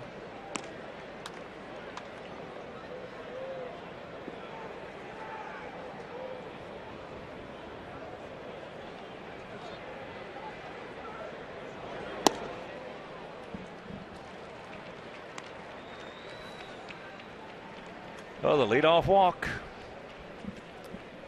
And Sox fans, tell us what you think and win an autographed White Sox jersey in the process. Visit whitesox.com/survey during today's game. Provide us with your feedback, and you'll be entered with a chance to win an autographed Gordon Beckham jersey. So visit whitesox.com/survey.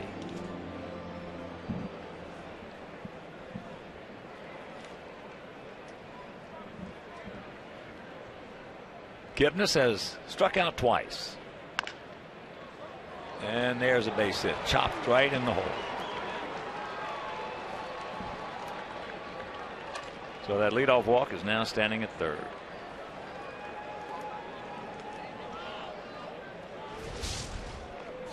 First time Kipnis has made some contact. And it turns into gold for him. Couldn't have bounced it in a better spot, so Santiago in some problems, and Swisher knows exactly where Danks is set up. If he didn't, he might have hesitated. He doesn't, and coasts into 3rd. And here comes Robin. You got Santana, the switch hitter, more effective as a right-handed hitter.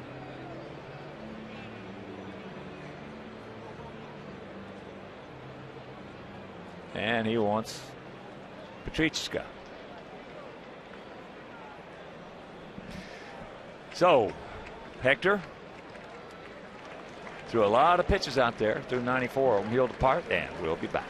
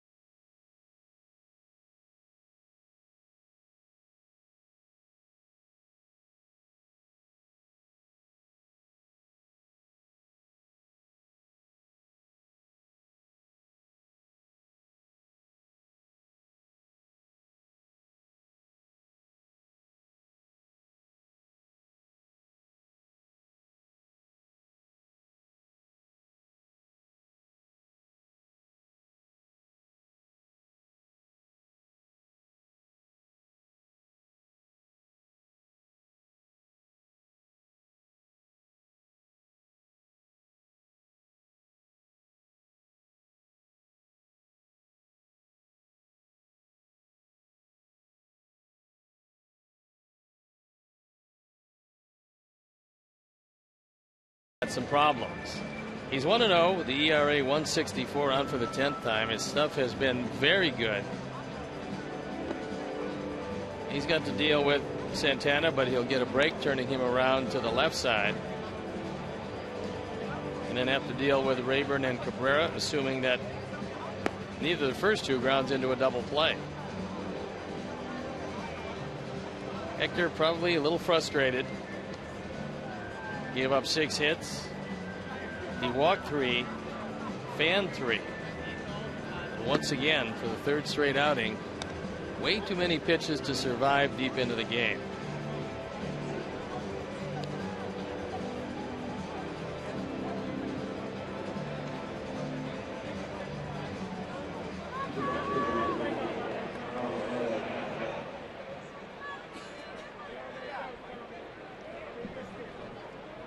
Nobody out, runners at the corners.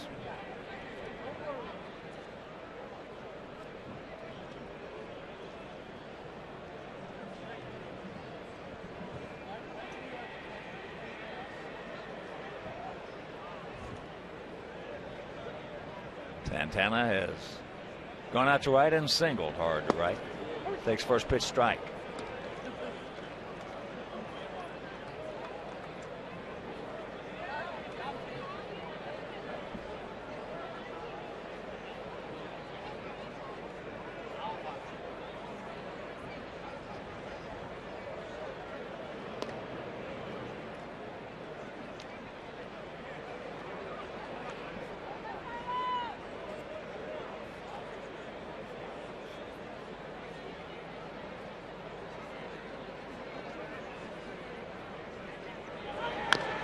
Chops that one foul, so the count at 1-2.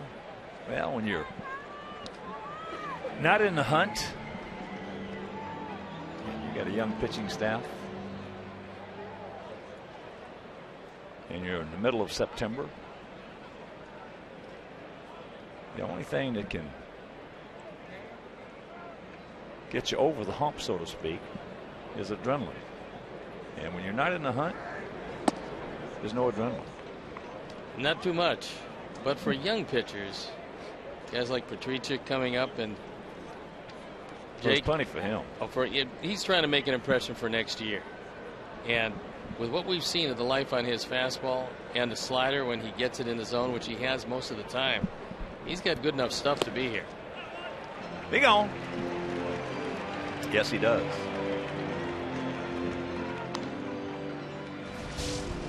Big strikeout. Takes a little something off. Josh with a very good stop. Now you're a double play away from getting out of the inning. That you take Petrichka and you take Daniel Webb. A couple of newcomers. Webb with a big arm.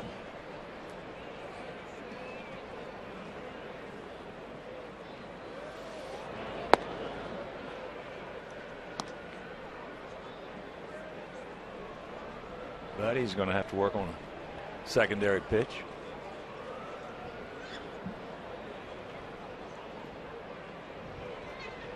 If you're going to hang around that bullpen and that's going to be your lot, you only need 2 good ones. What new? Rayburn down into the corner. And it's 2-0. So the leadoff walk comes around to score.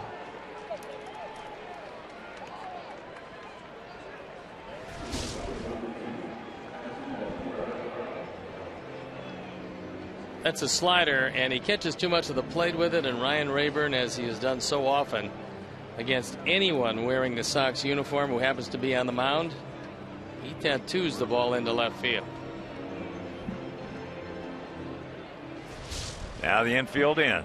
As here's Cabrera, who has walked and singled and stolen a base and scored.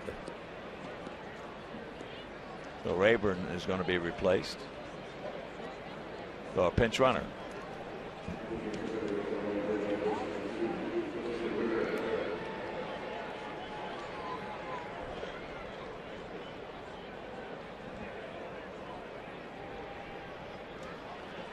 So Ramirez going to run for him.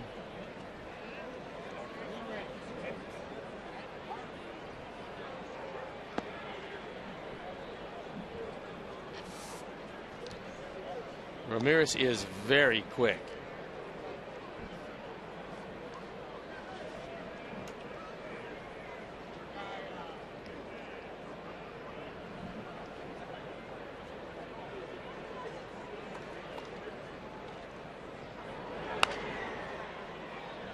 And that fights that one off.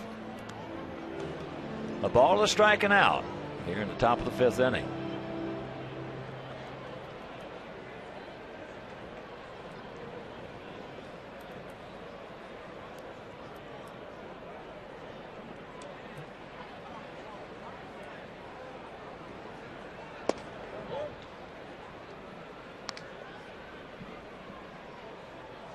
Gillespie at third, Ramirez at short, Simeon at second, Konerko at first.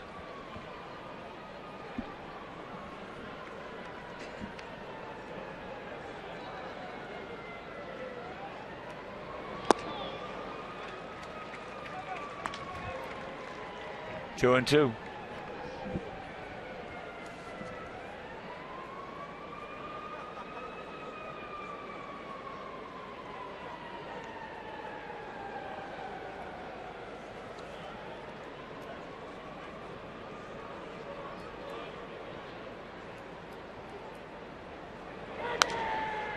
And that's a souvenir left side.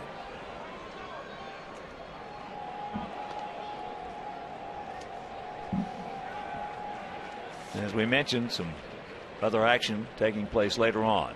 Everything else is under the lights. Kansas City at Detroit, Tampa Bay taking on the Twins in the Minnesota. Cubs taking on the Pirates at PNC. The Nasty Nats starting to play. Some really good baseball. See, Ryan Zimmerman's got a big leg kick going for him, and he's just wearing it out. Well, interesting with the Nationals. Davey Johnson, their skipper, said that he believes Bryce Harper has got to tone down his after making it out histrionics. He's been breaking bats in the dugout and doing a few things like that. And that hit him. Now, I know you've always been a proponent of the fiery player. You think Davey might be overemphasizing, trying to rein in his emotions, or do you think it's time for Harper to accept the fact that there are times where he's going to make an out? I don't know. You've got to be there with him every day to see it and see what's going on. Davey was a fiery player. You know, he didn't break bats, but I mean, Davey was a very competitive guy, very competitive. I mean, but I love to see that. I'd rather have to rein him down than try to jack him up. I'll tell you that. I love what Bryce Harper. I love to watch him play. I love guys who have that emotion. He's got all the skills to go with that emotion. And I love what Jason Worth did yesterday, going into second base. To me, that's the way you play the game. You play the game hard. You get upset. And I can't speak because I used to tear up more bats down in that thing than anybody. I used to spend about 10% of my salary every year on telephones and TVs and in the clubhouse.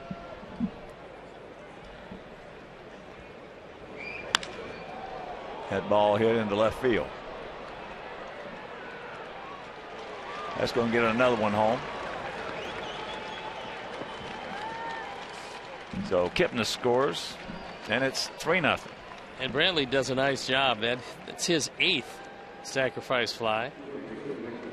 That's one behind Kipnis, tied with Aviles for the team lead in that department. That very important department is looking for a ball up in the zone in a situation where a fly ball is going to score you a run, and then delivering. So for Brantley, drives in run number 63.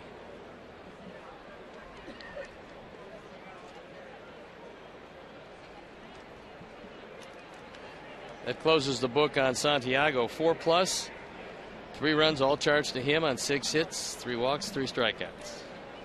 And here's Vilas.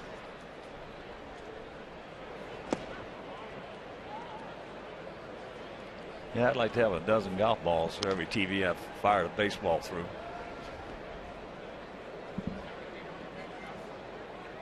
Made a big mistake one time in Albuquerque. Went in, was so mad, taken out of a game. Saw this big wastebasket. Went to boot it across what I thought was going to be across the locker room. And it was full to the top. And I booted it, and it didn't move even an inch. I got shin splints for 2 months. So I said, I got to come up with another plan because that one didn't work real well. Well, you just got to watch yourself. You got to know your limitations. There's a strike. Well, I didn't expect the thing to weigh 1,000 pounds. I thought it would just go flying. I envisioned it, but it didn't work out that way.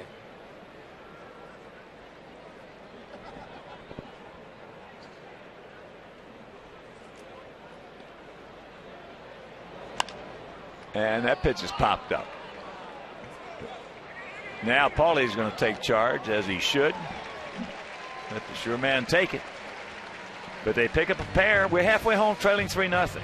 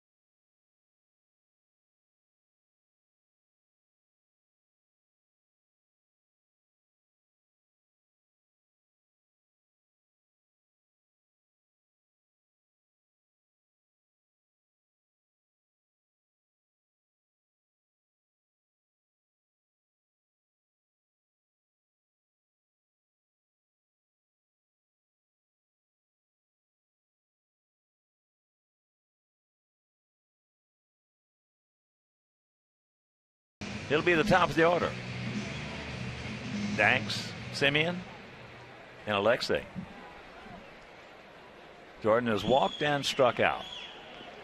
So Nick Hagedorn has got himself in position to pick up a win if they can hold it.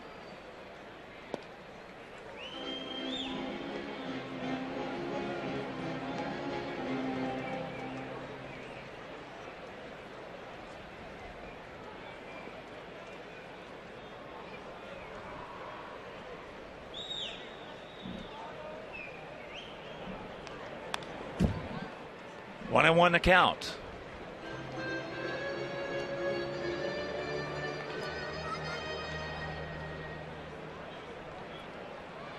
Talking about fiery players, the managers used to be really fiery and demonstrative. There's a couple on television now who were just like that. Larry Bowe was one who was a very fiery manager. Was a fiery player, carried it over to his managerial stints.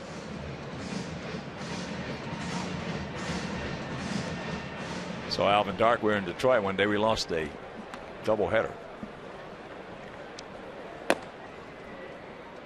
And back in those days, the spreads they had after a ball game were very minimal, so to speak, as compared to what they have today. Yeah, it's like a full-course restaurant.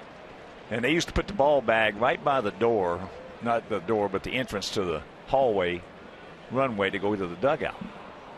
And Alvin let everybody get upstairs and sit down, and then he walked through that hallway, that runway. They had wooden. There's ball 4. Good way to start. And you could hear his spikes on the wood. Nobody was saying a word. You could have heard a pin drop. Well, he comes up and he sees the ball bag there, and he picks up the ball. And the old Tiger Stadium, remember the walls in the clubhouse? They had, were tiled. He threw this ball, and it hit the wall, came right back and hit him right in the side of the face. He never said a word. He never said ouch, nothing. And we all sat there and almost fell off our stools. But then he goes over to the food table, takes that thing, gets underneath it, and fires it up over the head, and all the food goes flying everywhere. So managers did the same thing. Well, Terry Francona decides that Nick Hagedorn has had enough. So he's going to go to his bullpen. And it's Brian Shaw coming into the game. It's 3-3, the ERA, 3.76, on for the 62nd time. So he's been pretty durable. Opponent's hitting .230. That's a good number. With just 26 walks and 63 strikeouts in the 64 2/3 innings. So the stuff has been good. And Francona realizing that each and every game is of critical importance. So it's not the time to build character, it's a time to accumulate wins. And he decides that Shaw is the man for the job with a couple of right-handers, Due and Simeon and Ramirez.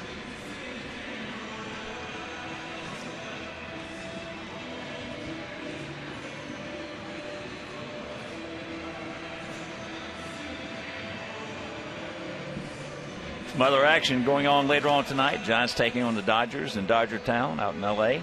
It's Bumgarner against Kershaw. Clayton Kershaw, 14-8 with a 1.92. That's a great matchup. Cardinals hosting the Mariners. Iwakuma against Wainwright. And of course that big series down in Arlington, Oakland at Texas, Straley against Holland. But right here, we got the leadoff man aboard. We trail at 3-0, and here's Marcus Semien. Marcus, who is 1 for 2.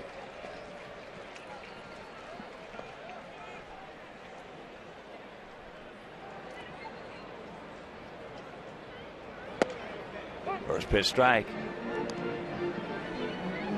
If you're just checking in with us, we saw some kind of outstanding arm on Danny Salazar, 23-year-old right-hander.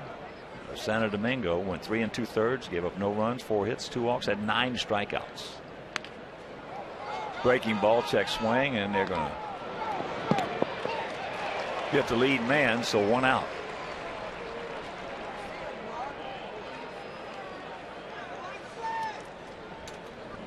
And Sox fans, on Saturday, September 28th, come see our Sox take on Kansas City at 6:10. All fans are invited to stay for a post-game fireworks show presented by Great Clips. Great Clips, you know it's going to be great. So the Royals, they're still in the hunt. They are, but it's going to get awfully tough for them. Well, at least they got a chance. That's all you can ask for. They've got to beat Detroit in Detroit. Tigers 44-27 at home. Tigers mere mortals on the road. They're only 5 over 500. But you get them at Comerica, they're a different ball club. Well, that was the definitive series for Kansas City so far this year. The 5-game series at Comerica Park. They won the doubleheader opening up, and then couldn't do anything the rest of the way. Cabrera beat them a couple times, which is crazy. 2-0 the count to Alexei.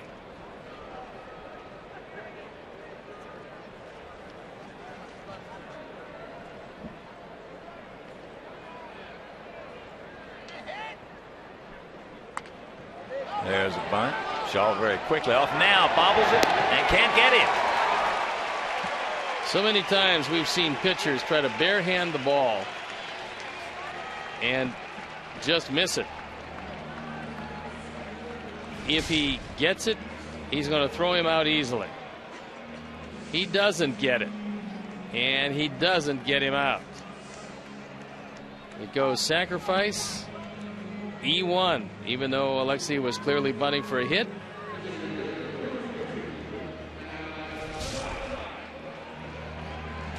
It brings a tying run to the plate. Adam had struck out twice against Salazar. Couldn't get on top of the high fastball from Danny.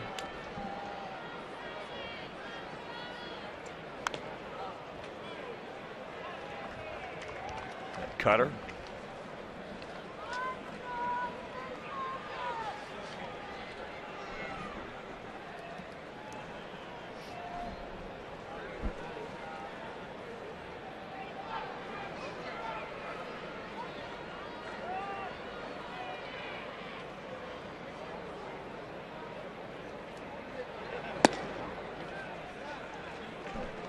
That one at 94 upstairs. 2 on, 1 out. 1-1 the count. Paulie on deck.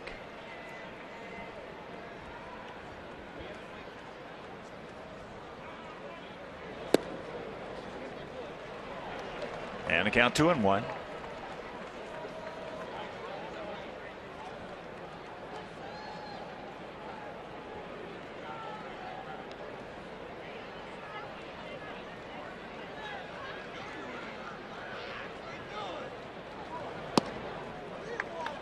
And it's 3-1. Zone him in, reel him in, and light him up. Showing his first year in the big leagues. Originally out of the Diamondback organization.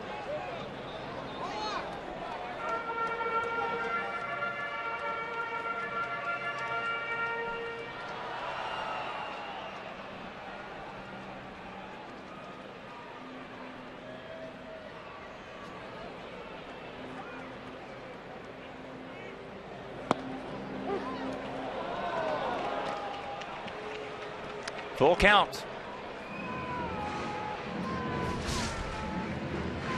This one they had a piece of the outside corner.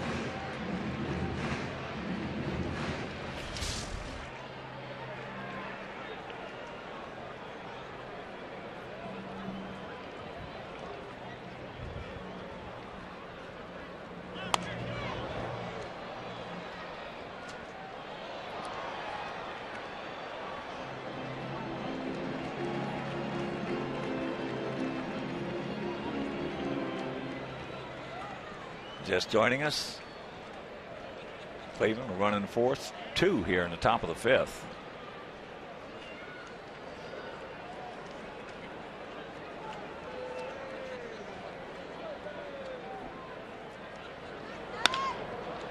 And there's a 2-hopper. They get Alexei at second, 2 down, runners at the corners.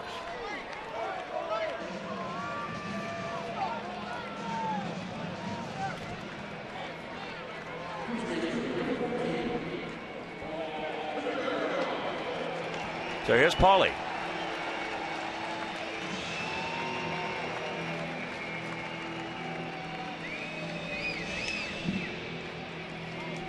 And we got our guys down at Birmingham just a win away from the Southern League Championship after they beat Mobile 8-2 yesterday. It's best 3 out of 5.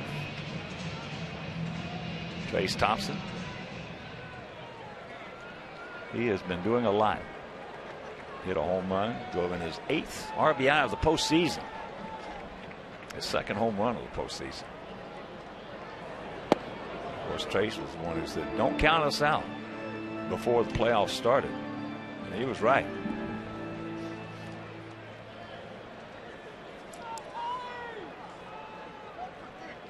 Trey's got a chance to be a good major league player.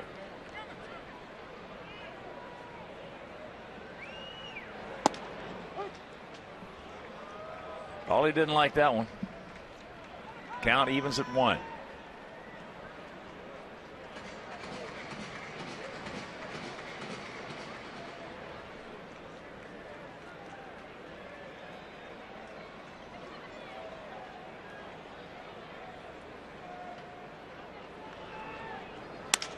And there's a base hit. We'll get on the board.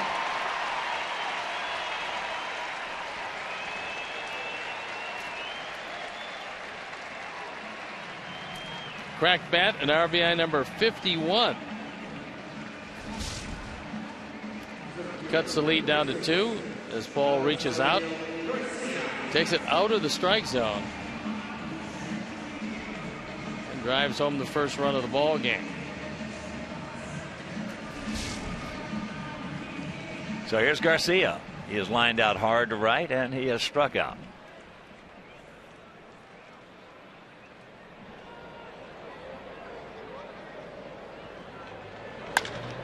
That ball hit hard. Meanwhile, right at him, that's a hang Wolfham. But we pick up 1. We'll go to the 6th, trailing 3-1.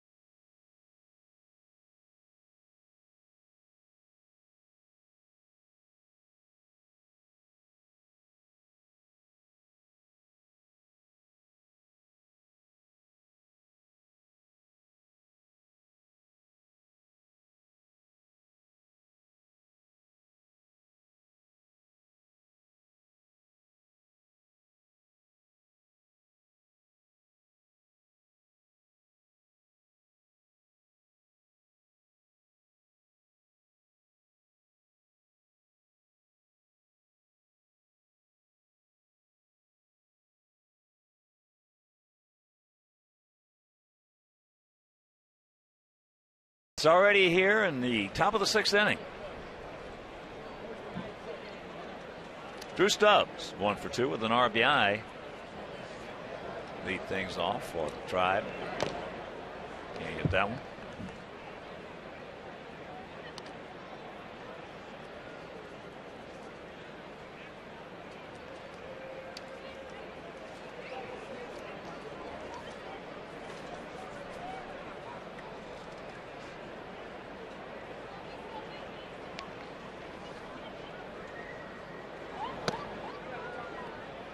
Count evens at 1.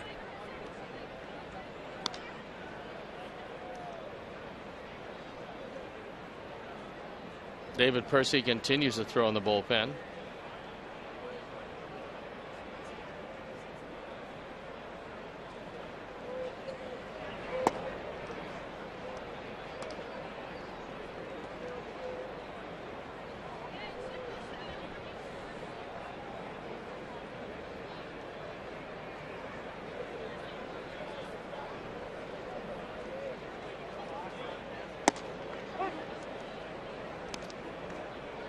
Two and two. Stubbs hitting at 236, along with those 9 homers and 42 knocked in.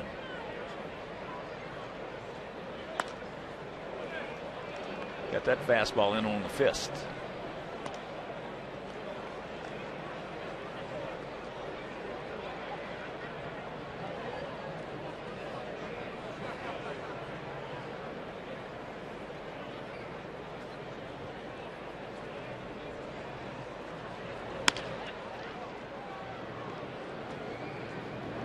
One out. And Sox fans, join us tomorrow, September 14th at 6:10 p.m. for Halfway to St. Patty's Day and post-game fireworks presented by Miller Lite. Also, the first 20,000 adults aged 21 and over will receive a green White Sox cap. So purchase tickets today by visiting whitesox.com/SPD. So Robin is out. Trichka is gone. Percy is in, and we'll be back.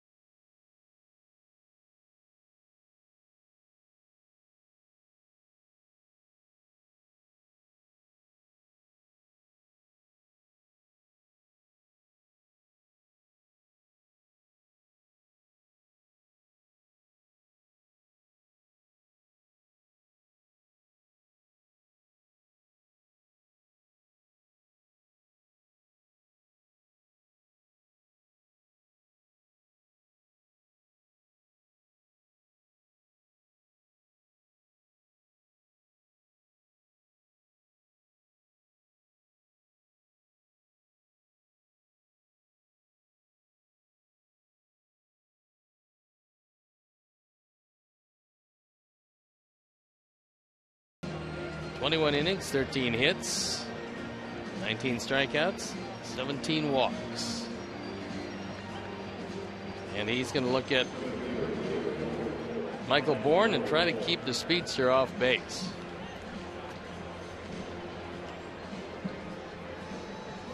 Bourne is 1 for 3, had an infield single leading off the ball game.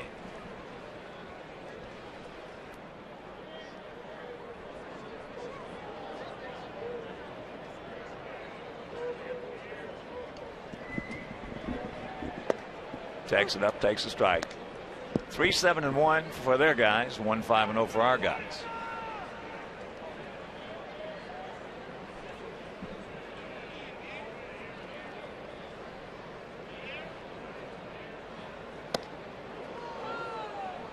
That'll get you out of there in a hurry.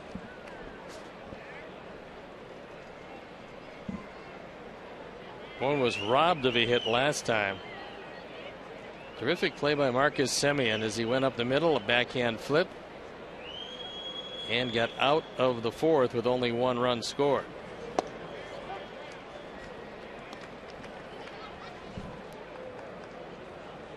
One and two the count.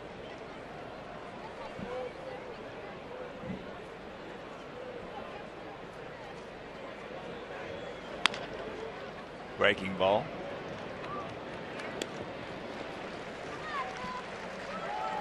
Two down. And that'll bring up Swisher. Nick has walked twice, singled, scored a run. 3 for 7 in the series.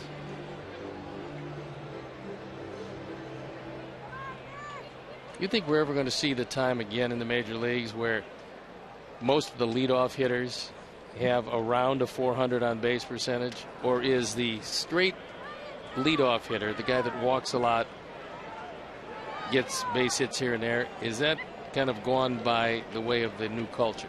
I think so. I mean, you'll always have, you know, room for that one guy you're talking about, sure. But not many of them, because guys are just, the culture is different, as you just mentioned. And you're getting guys today, there's a scoop, peg, and a nice play. We'll go to the bottom of the 6th. We need 2 to tie.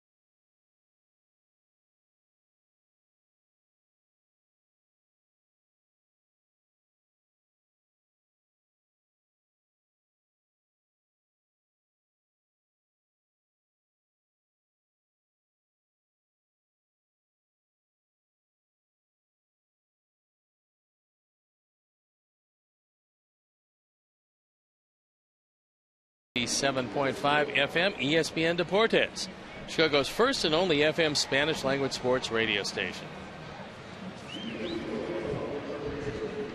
Let's get some runs.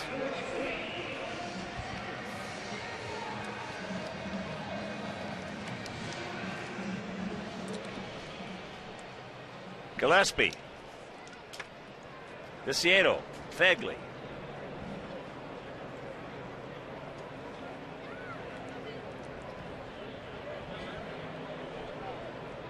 Connor, certainly glad to see Danny Salazar is not out on that bump. With his stuff, there's a whole lot of our guys. You told me about him a couple weeks ago. Yeah, the Cleveland's got a good one. There's a few, and there's some really great arms that have come into the league this year. Yeah, that's one out. We're getting so many good young arms coming into baseball. We're getting so many good young players, you know, your Bryce Harpers and your Trouts. I mean, on and on and on. And we're seeing just talented guys. Talented, really talented guys coming into the game of baseball. Cody Allen is one of them. He's a pretty good one. But there's an opportunity now, a better opportunity maybe than ever before. I don't know how long it will last this way until, you know, we're filled up with this tremendous wave of young players coming in, and eventually you're going to run out of spots. But right now is just a great opportunity to play baseball and come to the major leagues because of the lack of talent. Well, they're getting a chance because they have talent. As he had it, dropped it. Pops in and out. That should be a no play. Even though he had the ball, he'll tell you he should have caught it. But, you know, getting back to your question as you're taking another look at it, they ruled it a no play. But I'd like to know the percentage of strikeouts on leadoff hitters today as opposed to, say, 25 years ago. It's got to be more than, you know, at least 2 to 1. I think a completely different philosophy of leadoff hitters. Well, what and they one of will the accept reasons, now. Steve, in my opinion, are managers. You got a lot of managers today that are afraid of the players. They don't want to cause any shakeup, and they just let them swing the bat. Now, I love the 3-0 offense. Don't get me wrong, but not from a leadoff hitter. But now you're going to see a lot of leadoff hitters at 350, 360 on base percentage, and there's an easy ground ball to second base. So 2 outs in the inning. But it used to be where leadoff hitters universally across the league were 380 to 400, maybe a little bit higher, 405, 410 on base percentage, because they drew a whole lot of walks, didn't mind getting hit, the old taking one for the club philosophy, but didn't want to swing the bat because they wanted to see how many pitches they could get and how many pitches their team could see from the starting pitcher, especially the first time up. Bagley? Well, that didn't take long. We're into the 7th.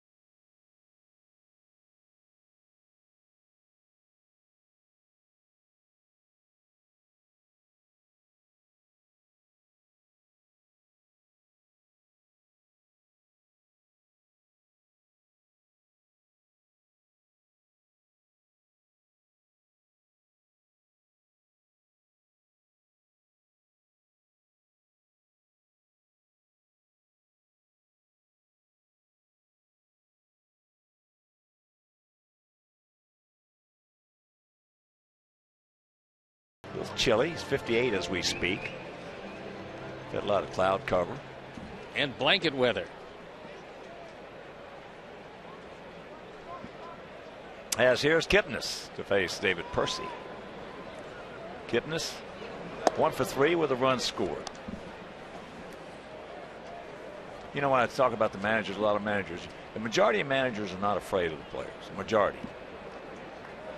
And the majority of managers are less of a majority, so to speak, are not afraid of the press. But you do have managers that are afraid of players and the press. And consequently, what happens is that manifests itself into more or less the ball club running itself. Well, it's the let them play philosophy. Well, that's what they say. Yeah, it's a, you know, we're going to let them play. That's what they say. Yeah.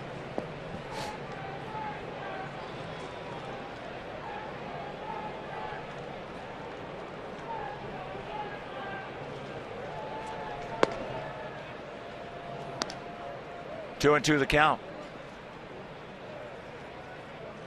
With Kipnis' ability to steal bases, if you want to keep this a 2-run game, you'll keep him off base. Kipnis has become a game changer. He gone. 78 RBIs. Well, 3 strikeouts today, and the one time he did get a base hit, he wound up scoring the 3rd run of the game. Keeping him off base is the key. He's one of their premier base stealers, and now it's when the shadows do come into play, because with the pitcher immersed in sunshine and the hitter obscured by the shadows, it can't be all that easy to see it. Santana takes strike 1.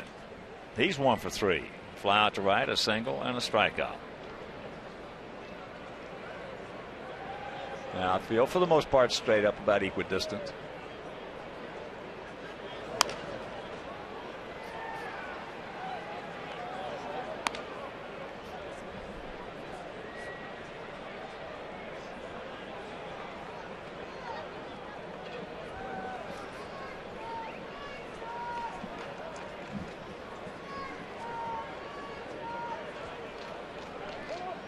Now time called.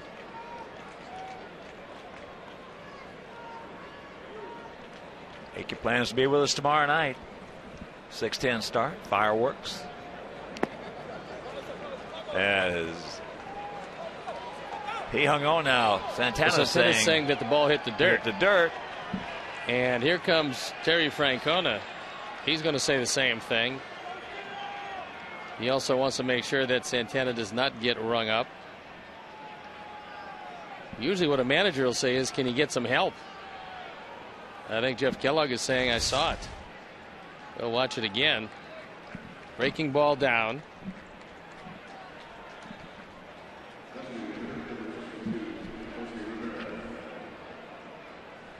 Two out.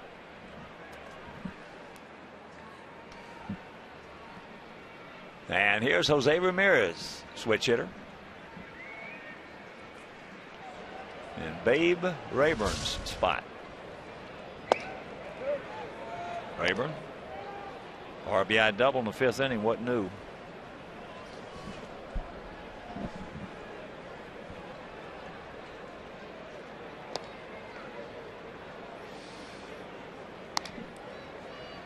A couple of years, 3 years from now, we might be able to have changed that to Miguel Rayburn.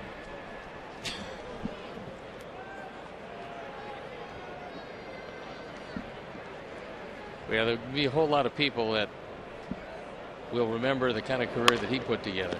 Ball hit hard right at him.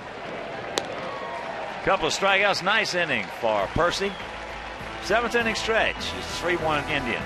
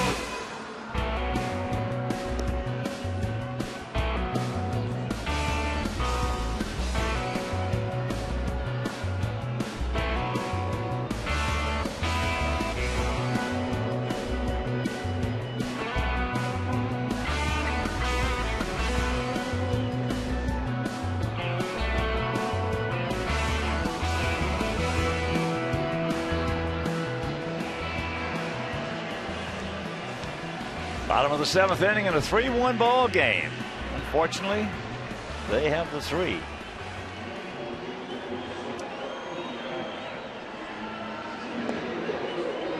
Cody Allen comes in the game at 5-1. His ERA 2.71 on for the 68th time, so he's been a very busy man. Now he's been called on 4 times, try to save games, and been effective 50% of the time, but opponents hitting just 231. Anytime you have more strikeouts than innings pitched, and he does, you've got pretty good stuff. And he does have that also. So he's really taken the spot for the last couple of years that was occupied by Vinny Pastano. He's the setup man for Chris Perez. That Brian Shaw is not bad. Oh, Brian Shaw's got pretty nice stuff. He was the second-round draft pick of the Diamondbacks. And so when you're the 58th player chosen in the draft, you got to figure that you've got pretty good tools. Top of the order for us: Jordan Danks, Marcus Semien, and Alexei.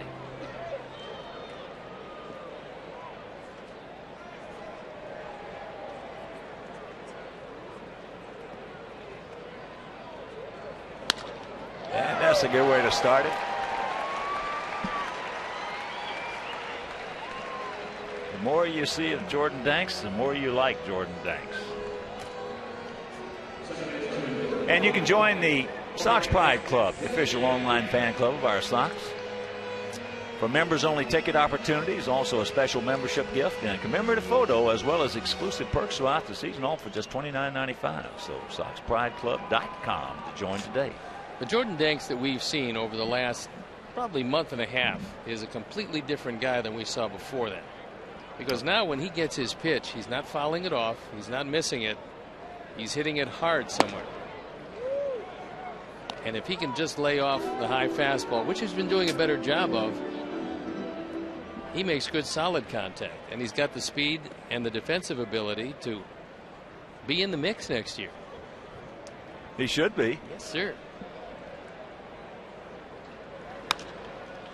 From what we've seen,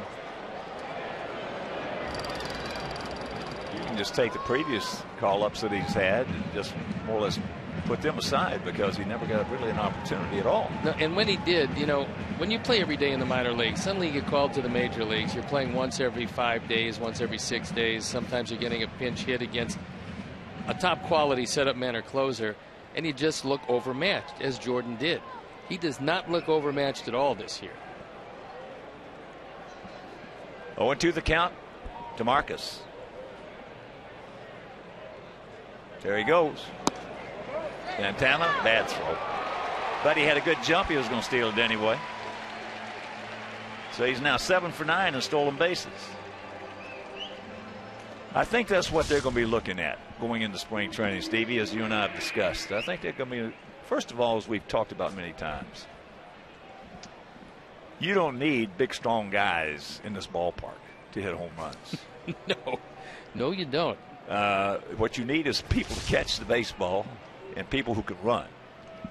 And I think that's, hopefully, I think that's the way that ball hit into. And that's going to fall for a base hit. So Marcus picks up his second hit. He's 2 for 4.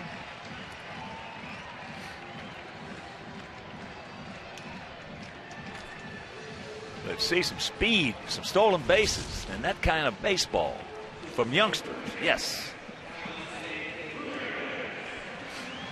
Well, there are very few advantages to having a very bad year. One is obvious. You get a higher draft pick. The other is there's a good chance that there's a lot of openings for young players coming into next spring, depending on, you know, what they decide to spend and what kind of deals are made. As Mickey Callaway takes that long, slow walk to the mound to meet with Allen, who's given up a couple of hits.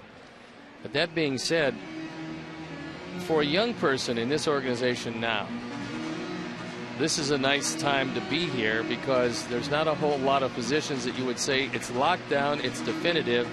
Nobody has a chance to win that spot, and so we might have a place for you at AAA, or you'll be included in a trade someplace else.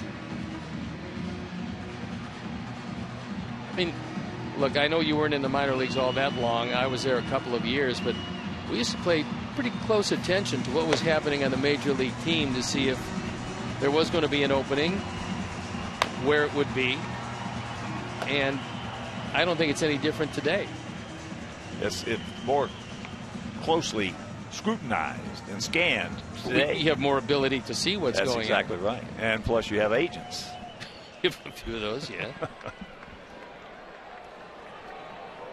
So here's Alexei. Runners at the corners, nobody out. Alexei 2 for 2 with a sacrifice bunt.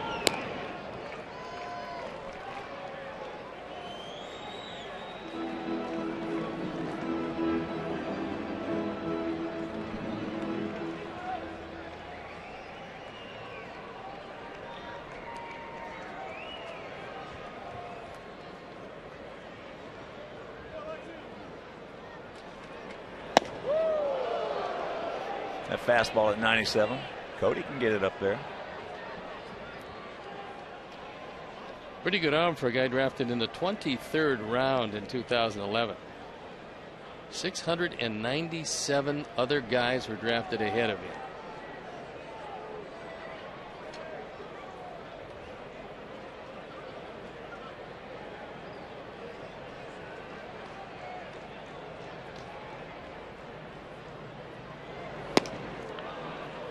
Another one at 97.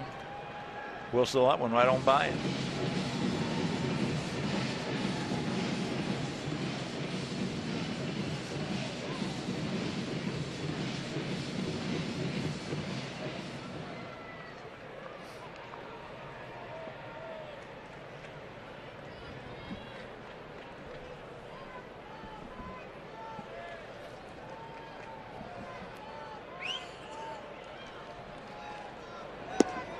That's low.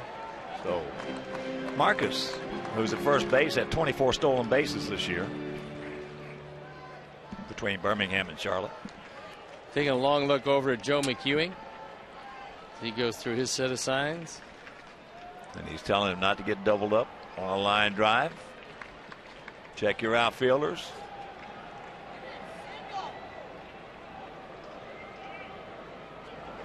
Ball hit hard. Good base running on both ends of it. Ramirez scalded that ball, bidding for his 3rd hit of the day. But as we've seen a few times this year, on plays very similar to this, one or both of the base runners would be off the bases. But Danks and Simeon both started to go back to the bag just as Cabrera was catching it, and he had no play. And you see Marcus right back to the bag, Jordan Danks right back to the bag, and Terry Francona right out to the mound.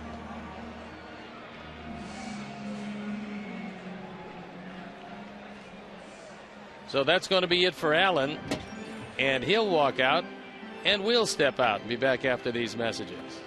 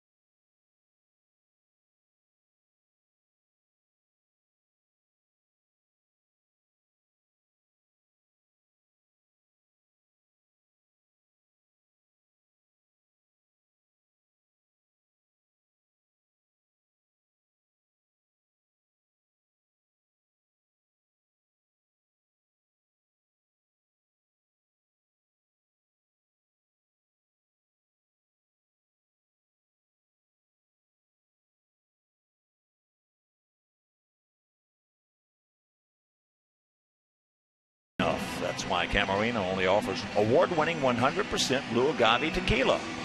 Camarena Tequila, the official tequila of our White Sox. And we got a new pitcher in the game, and it's Mark Zipchinski. And of course, sounds just like it's spelled. RZEPCZYNSKI. Where's AJ when you need him? He comes out of the St. Louis organization. That was the last team that he was with. Had a pretty good run at it with the Tribe since coming over from the National League. ERA of 117, on for the 18th time.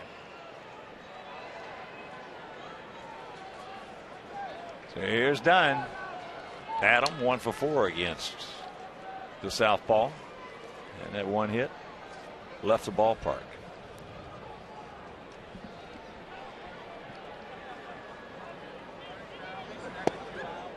Sweeper 1-0. Zipchinski last year appeared in 70 games, as so often happens for those guys that are setup men. They get used a lot more than the closers, and he was having a tough time of it with St. Louis. His ERA 7.84 with the Cardinals. So Marcus picks up his first major league stolen base easily.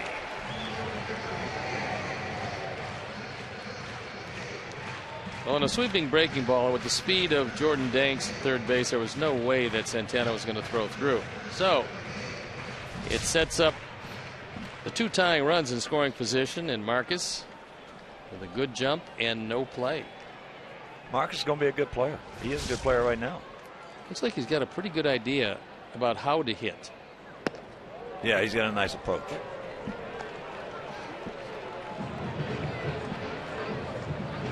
Southern League MVP. Won the MVP in the Southern League. That's quite a nice credential to have.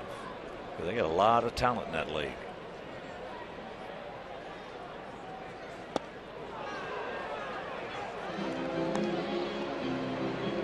And with the 3-0 green light. Not exactly the pitch that he would be looking for. About 4 or 5 inches inside.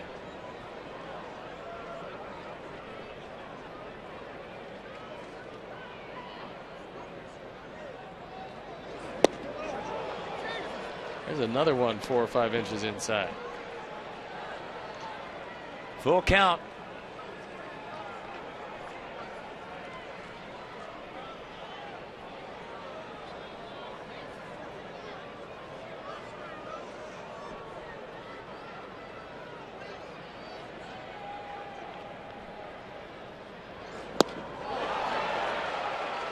He swung at 3 pitches, all out of the zone. And no contact. The third of 3, as you see by the Xfinity pitch tracks. Not a one was close. So Mark does his job. He departs, and we'll be back.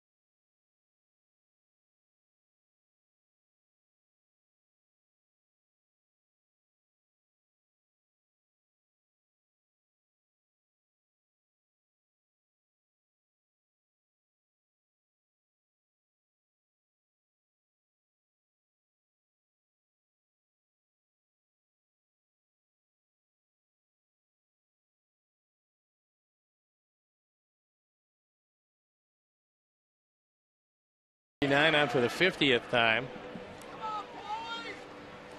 He's not an overwhelming strikeout pitcher. And Paul has the lone run batted in for our boys this afternoon, with a chance to tie the ball game with a base hit here.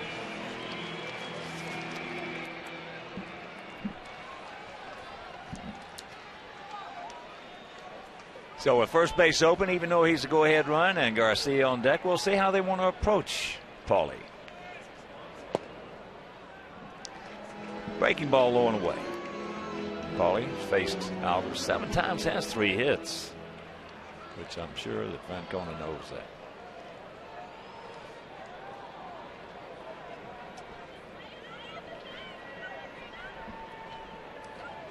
Well, if you trust your pitcher's control, and Albers has pretty good control, even though Garcia's a good young hitter, Paul's been driving in big runs for a long time. I would be very careful with him, and if I had to pitch around him, it wouldn't break my heart to see him on first base where I Terry Francona.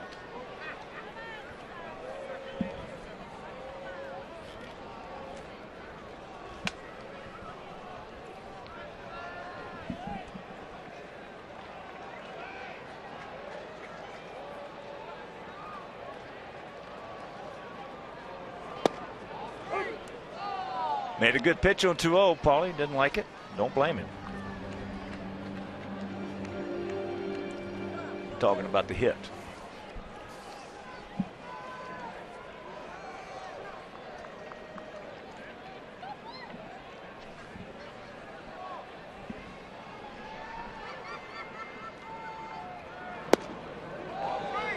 And the count's 3-1.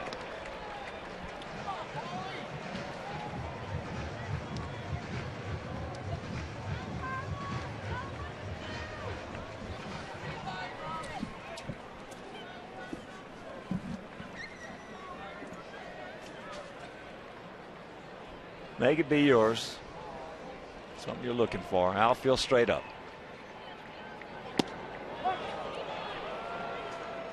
That ball was just off the corner, but in the shadows, it's tough to pick up the spin of that slider. And as you can see, he's really been careful with him. For the most part, pitching around him, but Paul identified the last pitch as a fastball, and it moved away at the last instant. Well, he's not going to give in to him right here either.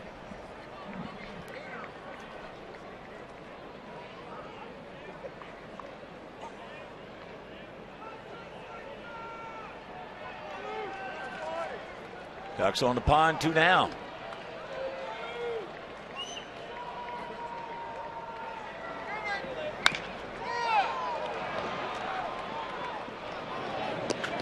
And that'll retire the side. So we threaten, we can't do anything with it, and we'll go to the 8th still trailing 3-1.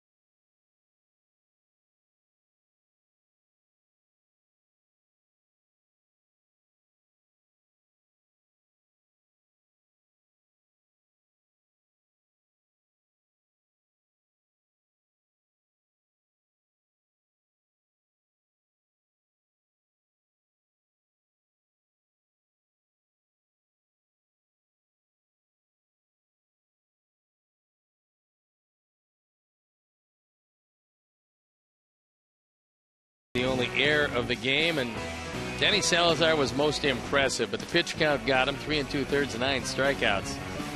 And our Sox have left 10 on base. Your Chicagoland and Northwest Indiana Honda dealers, as reliable as the cars themselves. Yeah, if you miss Danny Salazar, that's about the easiest 98 and 99 you're going to see.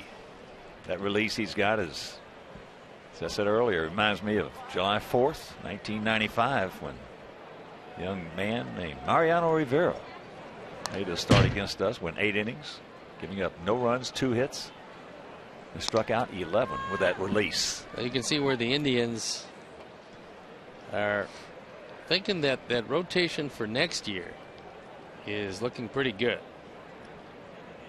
Now that they have straightened out Ubaldo Jimenez. Kluber, when his finger is good, has got terrific stuff. He didn't have his best stuff last night and still won. Cabrera checks it up. Paulie taking himself.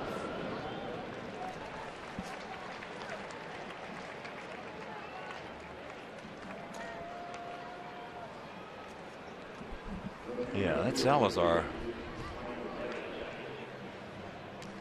Really impressive.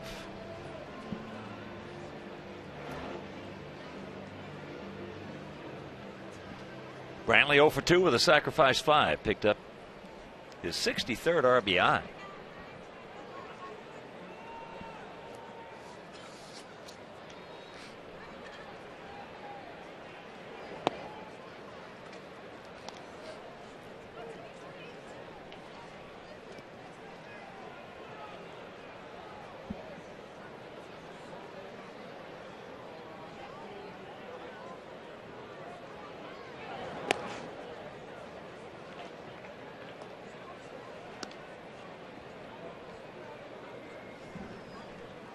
To know the count. Yeah. Go home tonight and watch that Oakland Texas game on my iPad. It's a huge game for Texas. It's one that Oakland would like to win. It's one that Texas has to win.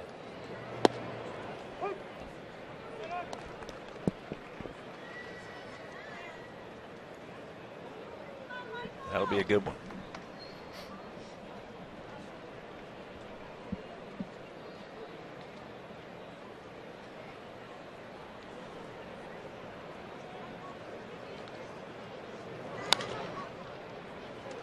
Popped up and not going to be playable.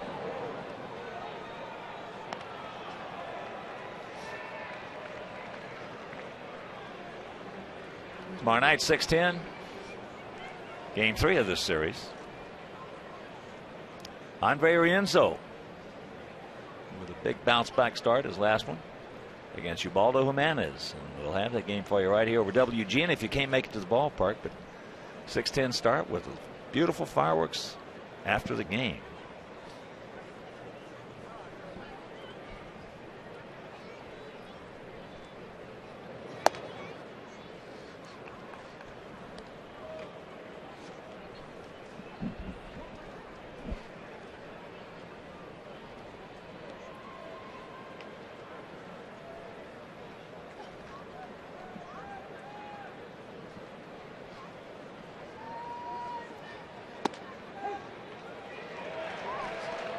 There you go. That ball had the top of the zone.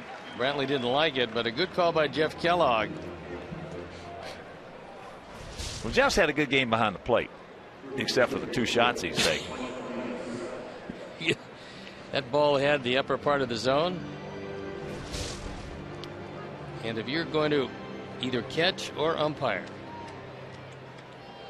every 4 days you're going to take a couple of good shots. Well, this is a good crew. Schreiber had a good game last night, and just to finish it, he had a good game. 14-3, and it was long. A lot of pitches. A lot of pitches. But he also had a big advantage, as a lot of them did not get to the catcher. Hits a mound, bounces over. So another nice inning. That's 8 in a row retired by David Percy.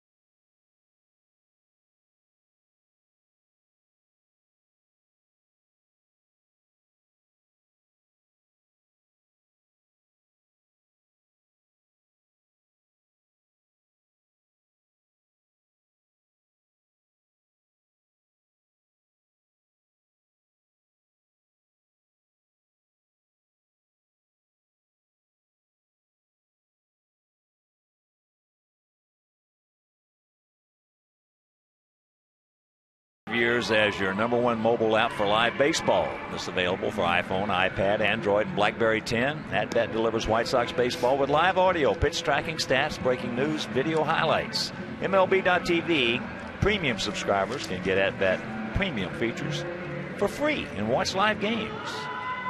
So text AtBat to 31826. Joe Smith comes into the game at 6-2. His ERA a fine 2.38 on for the 64th time.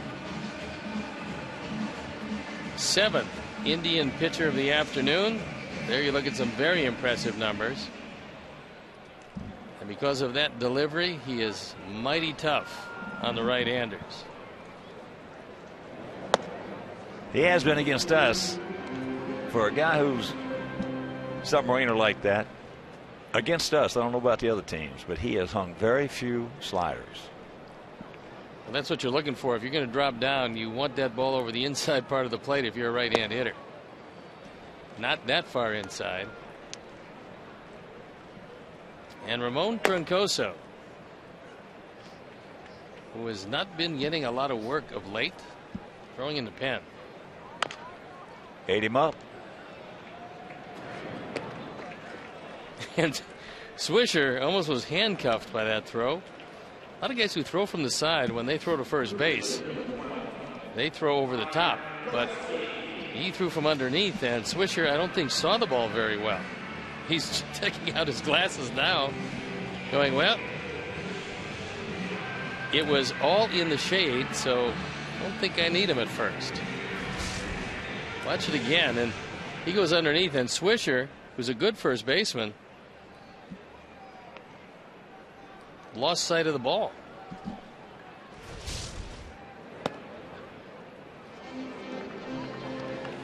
Gillespie is 0 for 3, a couple strikeouts and a grounder to first. 3-7-1 for their guys, 1-7-0 for our guys. We have stranded 10 in this game, so we have had some opportunities. Stranded 2 in the first, 2 in the third, 2 in the fourth, 2 in the fifth, and 2 in the seventh.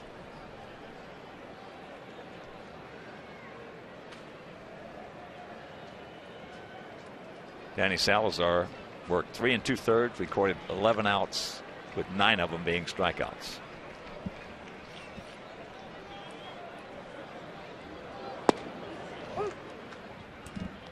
One and two. Nate Jones now starts to throw. You figure if you score 1 run or more, it's Jones. If not, it's probably Troncoso.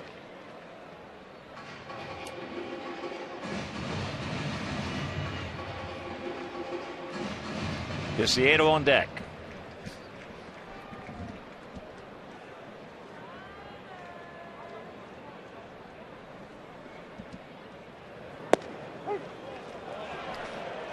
Backdoor breaking ball and might have hooked around the plate, but Jeff Kellogg said it was good enough. Pitch tracks will show you this ball started outside. Cole went Smith's way.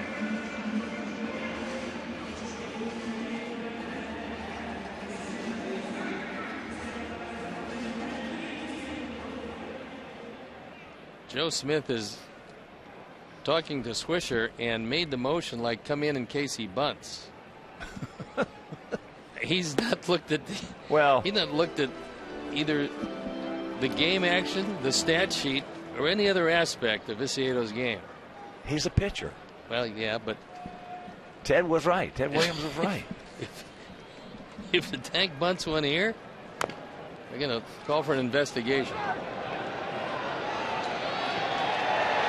Base hit. A swinging bunt. That's what Joe was talking about. Well, he had the right idea, just the wrong guy. Should have been talking to Aviles and not Swisher. But if he gets to the ball quickly, he might have had a play at first base. Once you decide to let it go, then you have to play it out, and it does not spin foul.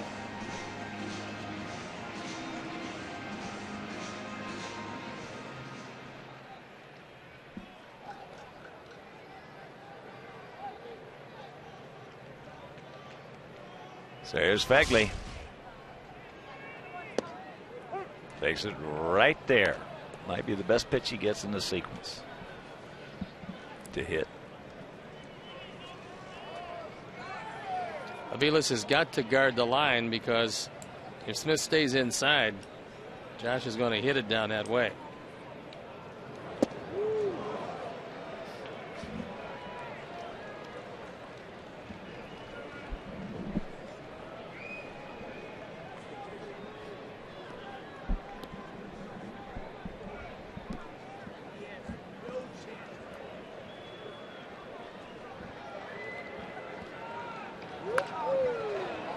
Just got a piece of that quick breaking pitch.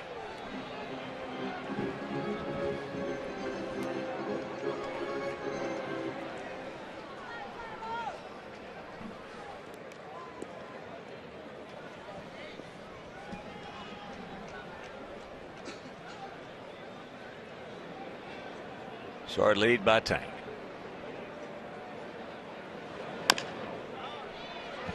Chopper right to the bag, steps on it, and that'll retire the side. We're into the ninth, trailing by 2.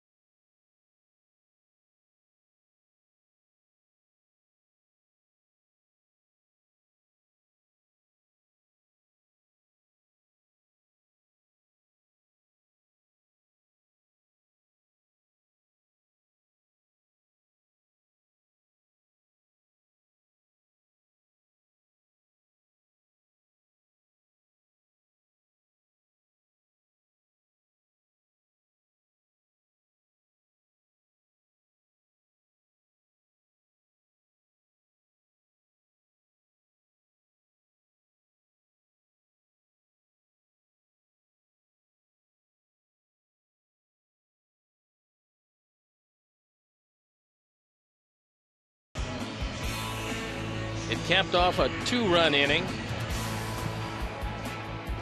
And Ryan Rayburn drives in run number 52 and is our 4th drive of the game. So Nate Jones comes into this one at just a terrific year. It's a 2-run deficit. ERA has sunk to 3.80, but 84 strikeouts and 73 in the 3rd innings. Here's Drew Stubbs. Takes it low and away. Drew is 1 for 3 with an RBI in this game, and he is 4 for 7 in the first 2 games.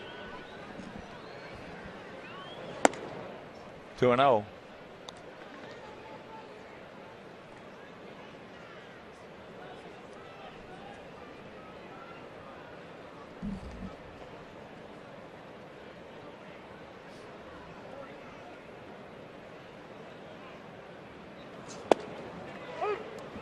And there's the strike.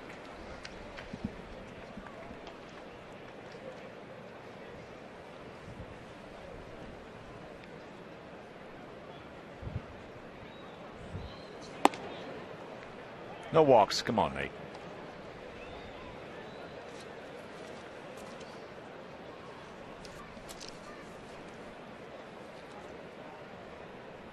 There is the Indian closer, Chris Perez.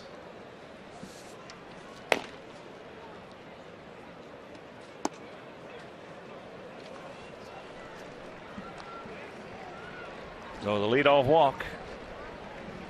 And you would think, as valuable as an insurance run is here, that Stubbs early in the count is going to be going. Well, he's 16 for 18. And even though Bourne is a terrific bunter with 4 sacrifices, might want to let him take a shot against a combination of Jones and Fegley. Yeah, and then maybe bunt Bourne over the third. There's the strike.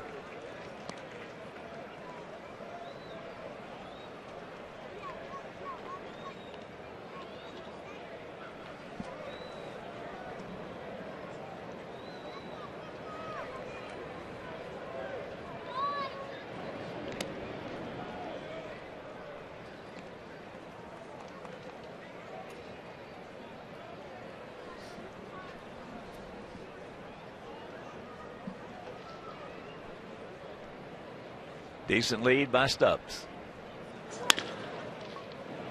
All right, boys, you gotta really hurry. Can't get him.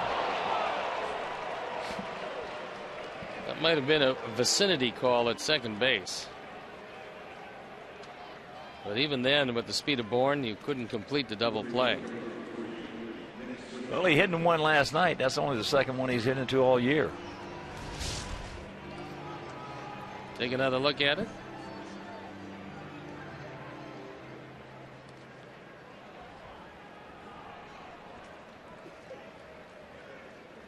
Just barely beats it at first. Here's Swish. 1 for 2, 2 walks, a run scored.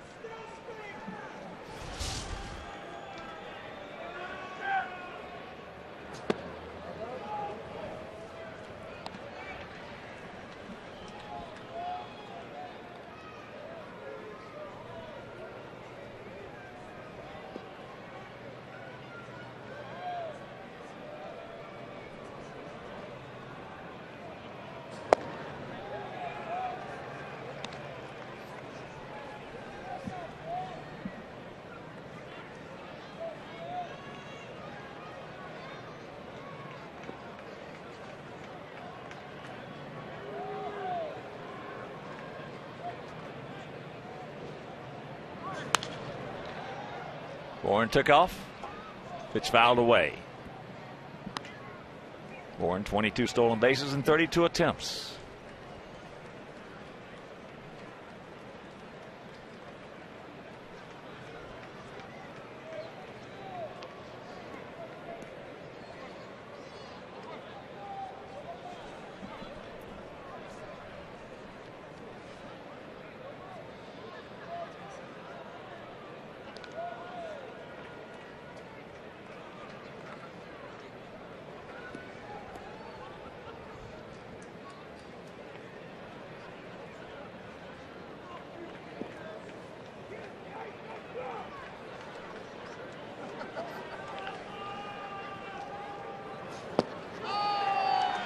No chance on that one. And that's out number 2. Hard biting slider down and in. And Nick, for the first time today, a strikeout victim. That pitch right there is going to get a lot of left-handed hitters. We're going to get just about all of them, unless they decide to somehow lay off. Gipnis. 1 for 4, 3 strikeouts. First time he's done that against us.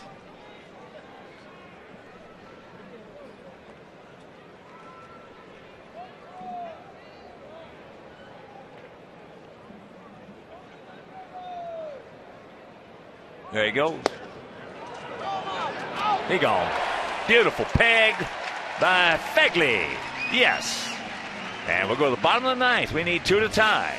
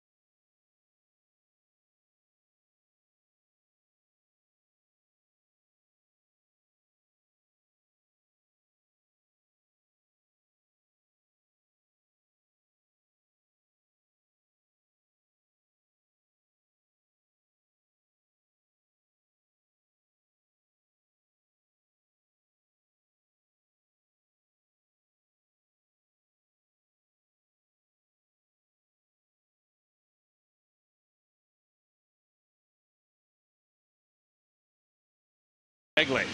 I mean, he puts it right there. So basically, Bourne tags himself out. He gets a decent jump, not a great one, but the throw might be the best of the year for Josh. And it's out of the inning and on to Chris Perez. He's 5-3 this year, on for the 50th time, 23 of 27 in save opportunities. Control has been good the last couple of years. Respectively, Perez with 36 and 39 saves.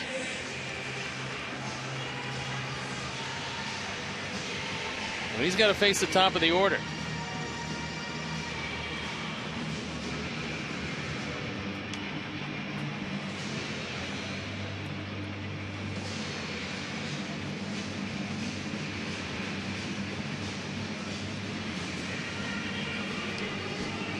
Banks, Simeon, and Ramirez, the first three. Jordan is 1 for 2 with a couple of walks, a single and a stolen base. Fastball at 95, high, right in front of Jimmy Johns, and he makes the catch. That ball got up in the wind and almost drifted out of the ballpark. Bourne stays right with it. It keeps on going back. It would not have gone out of the ballpark, but would have been a 2-base hit. As Bourne checks exactly how much room he has and leaps. There's Marcus. He's 2 for 4 with a run scored and also a stolen base.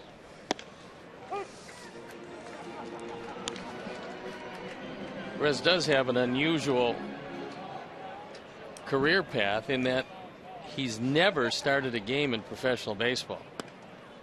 You don't see that very often. He started with St. Louis Cardinals, but even in 2006 in Quad City, not one start. Over 300 major league professional appearances. And that's going foul and a souvenir.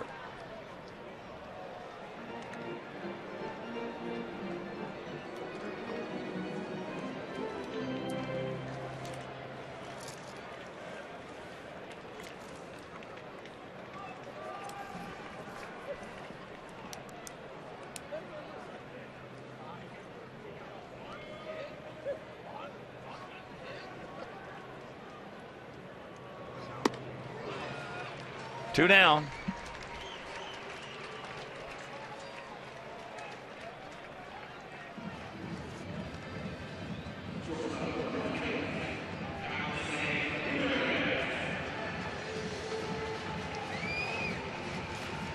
Well, Perez against us, it always gives you that appearance that he just doesn't care who's got the bat. Get in the box. I want to get after you. That's the way he's been for most of his career. And there's a base hit, so that's going to bring the tying run to the plate.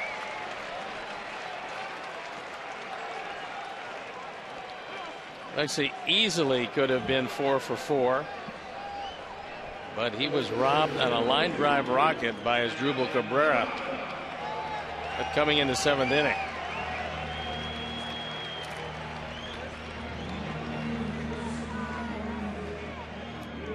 So here's Adam. 0 for 4 today, 3 strikeouts. They're not going to hold Alexei on. He did not go. He's 1 for 5 against Perez.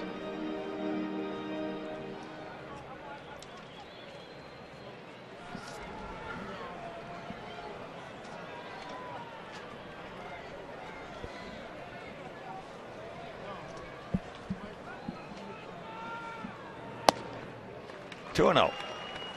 Paulie on deck.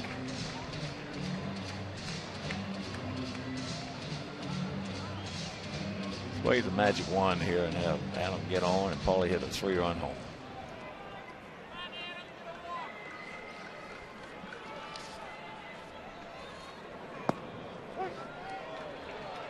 Just a little get me over breaking ball right there and grabs the strike. Well, if there is a little bit of a hole in Perez's game, it's the fact that he's given up 8 home runs in 50 innings. So it's not like it hasn't happened before.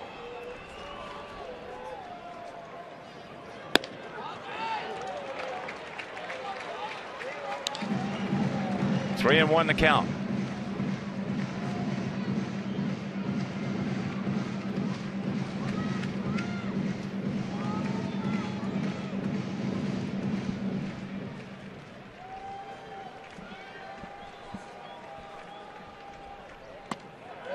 All right. That's part one.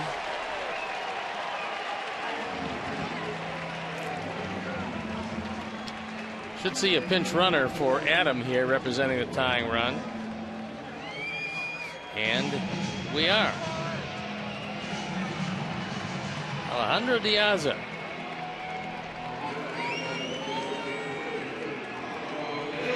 So here's Paulie. Paulie has faced Chris 16 times, has 4 hits.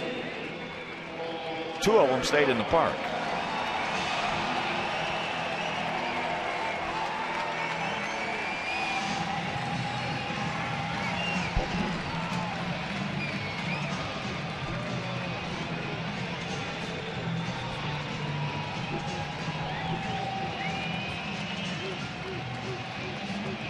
Outfield about as deep as you can get all the way around in a no double set.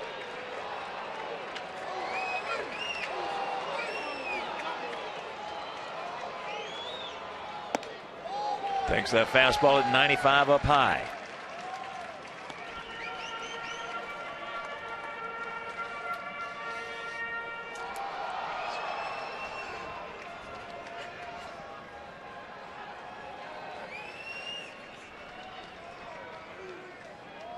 All right, Paulie.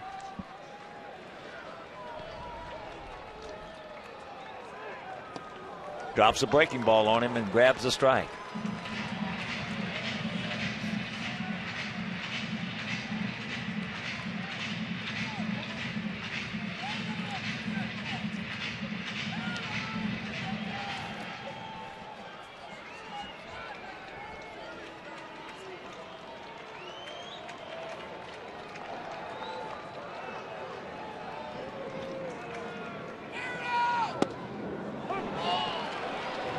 Takes it right there.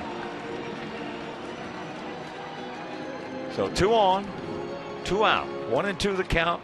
We trail it 3-1 here in the bottom of the 9th.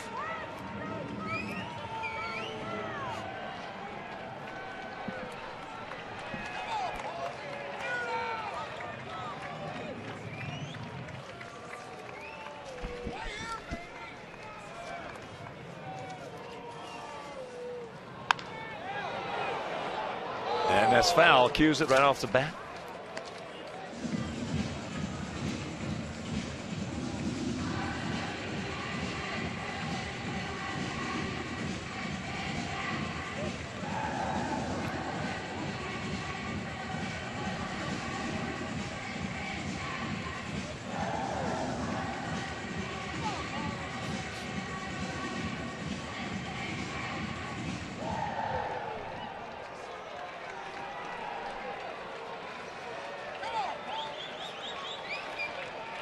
One time 14. That ball hit hard, but right at him, and this ball game is over. So the Sox try to come back here in the bottom of the 9th. Can't do it. We lose it 3-1, and we'll be back.